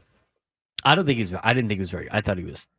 I think he's not very good. I've never seen. He looked pretty good the last 2 weeks. I've never seen a fan base be so sarcastically behind a guy than I was with the Giants That's right. with Daniel Jones. It is Carson Wentz. They were so sarcastically supportive of him. Danny Dimes was not a genuine nickname. It was a sarcastic nickname that was given to him. I know. That's where Danny Dimes came from. Is the one throw out of 50 that he messed up was perfect. That was how he got the nickname, Danny Dimes. Danny Dimes. It was a joke. And his whole career thus far has been a joke. Well, and the Colts are making it seem like the Giants are incompetent, which hasn't been all that hard to do recently. You know what is the perfect example of a Kevin O'Connell product? Who would that be? That'd be Carson Wentz, who is the backup in Minnesota. So if Carson Wentz, who has had like the same career as like Darnold and these guys where it's like promising and then not good, and now he's like a backup forever. Maybe it is Kevin O'Connell. And yes, I know the Tommy DeVito hype was a joke. Tommy Cold Cuts, dude. Attaboy. That'll do it for us. Frank Marchese, I'm Braden Surprenant. Talk to you guys tomorrow. Hopefully after Padres victory. Gwen and Chris coming up next.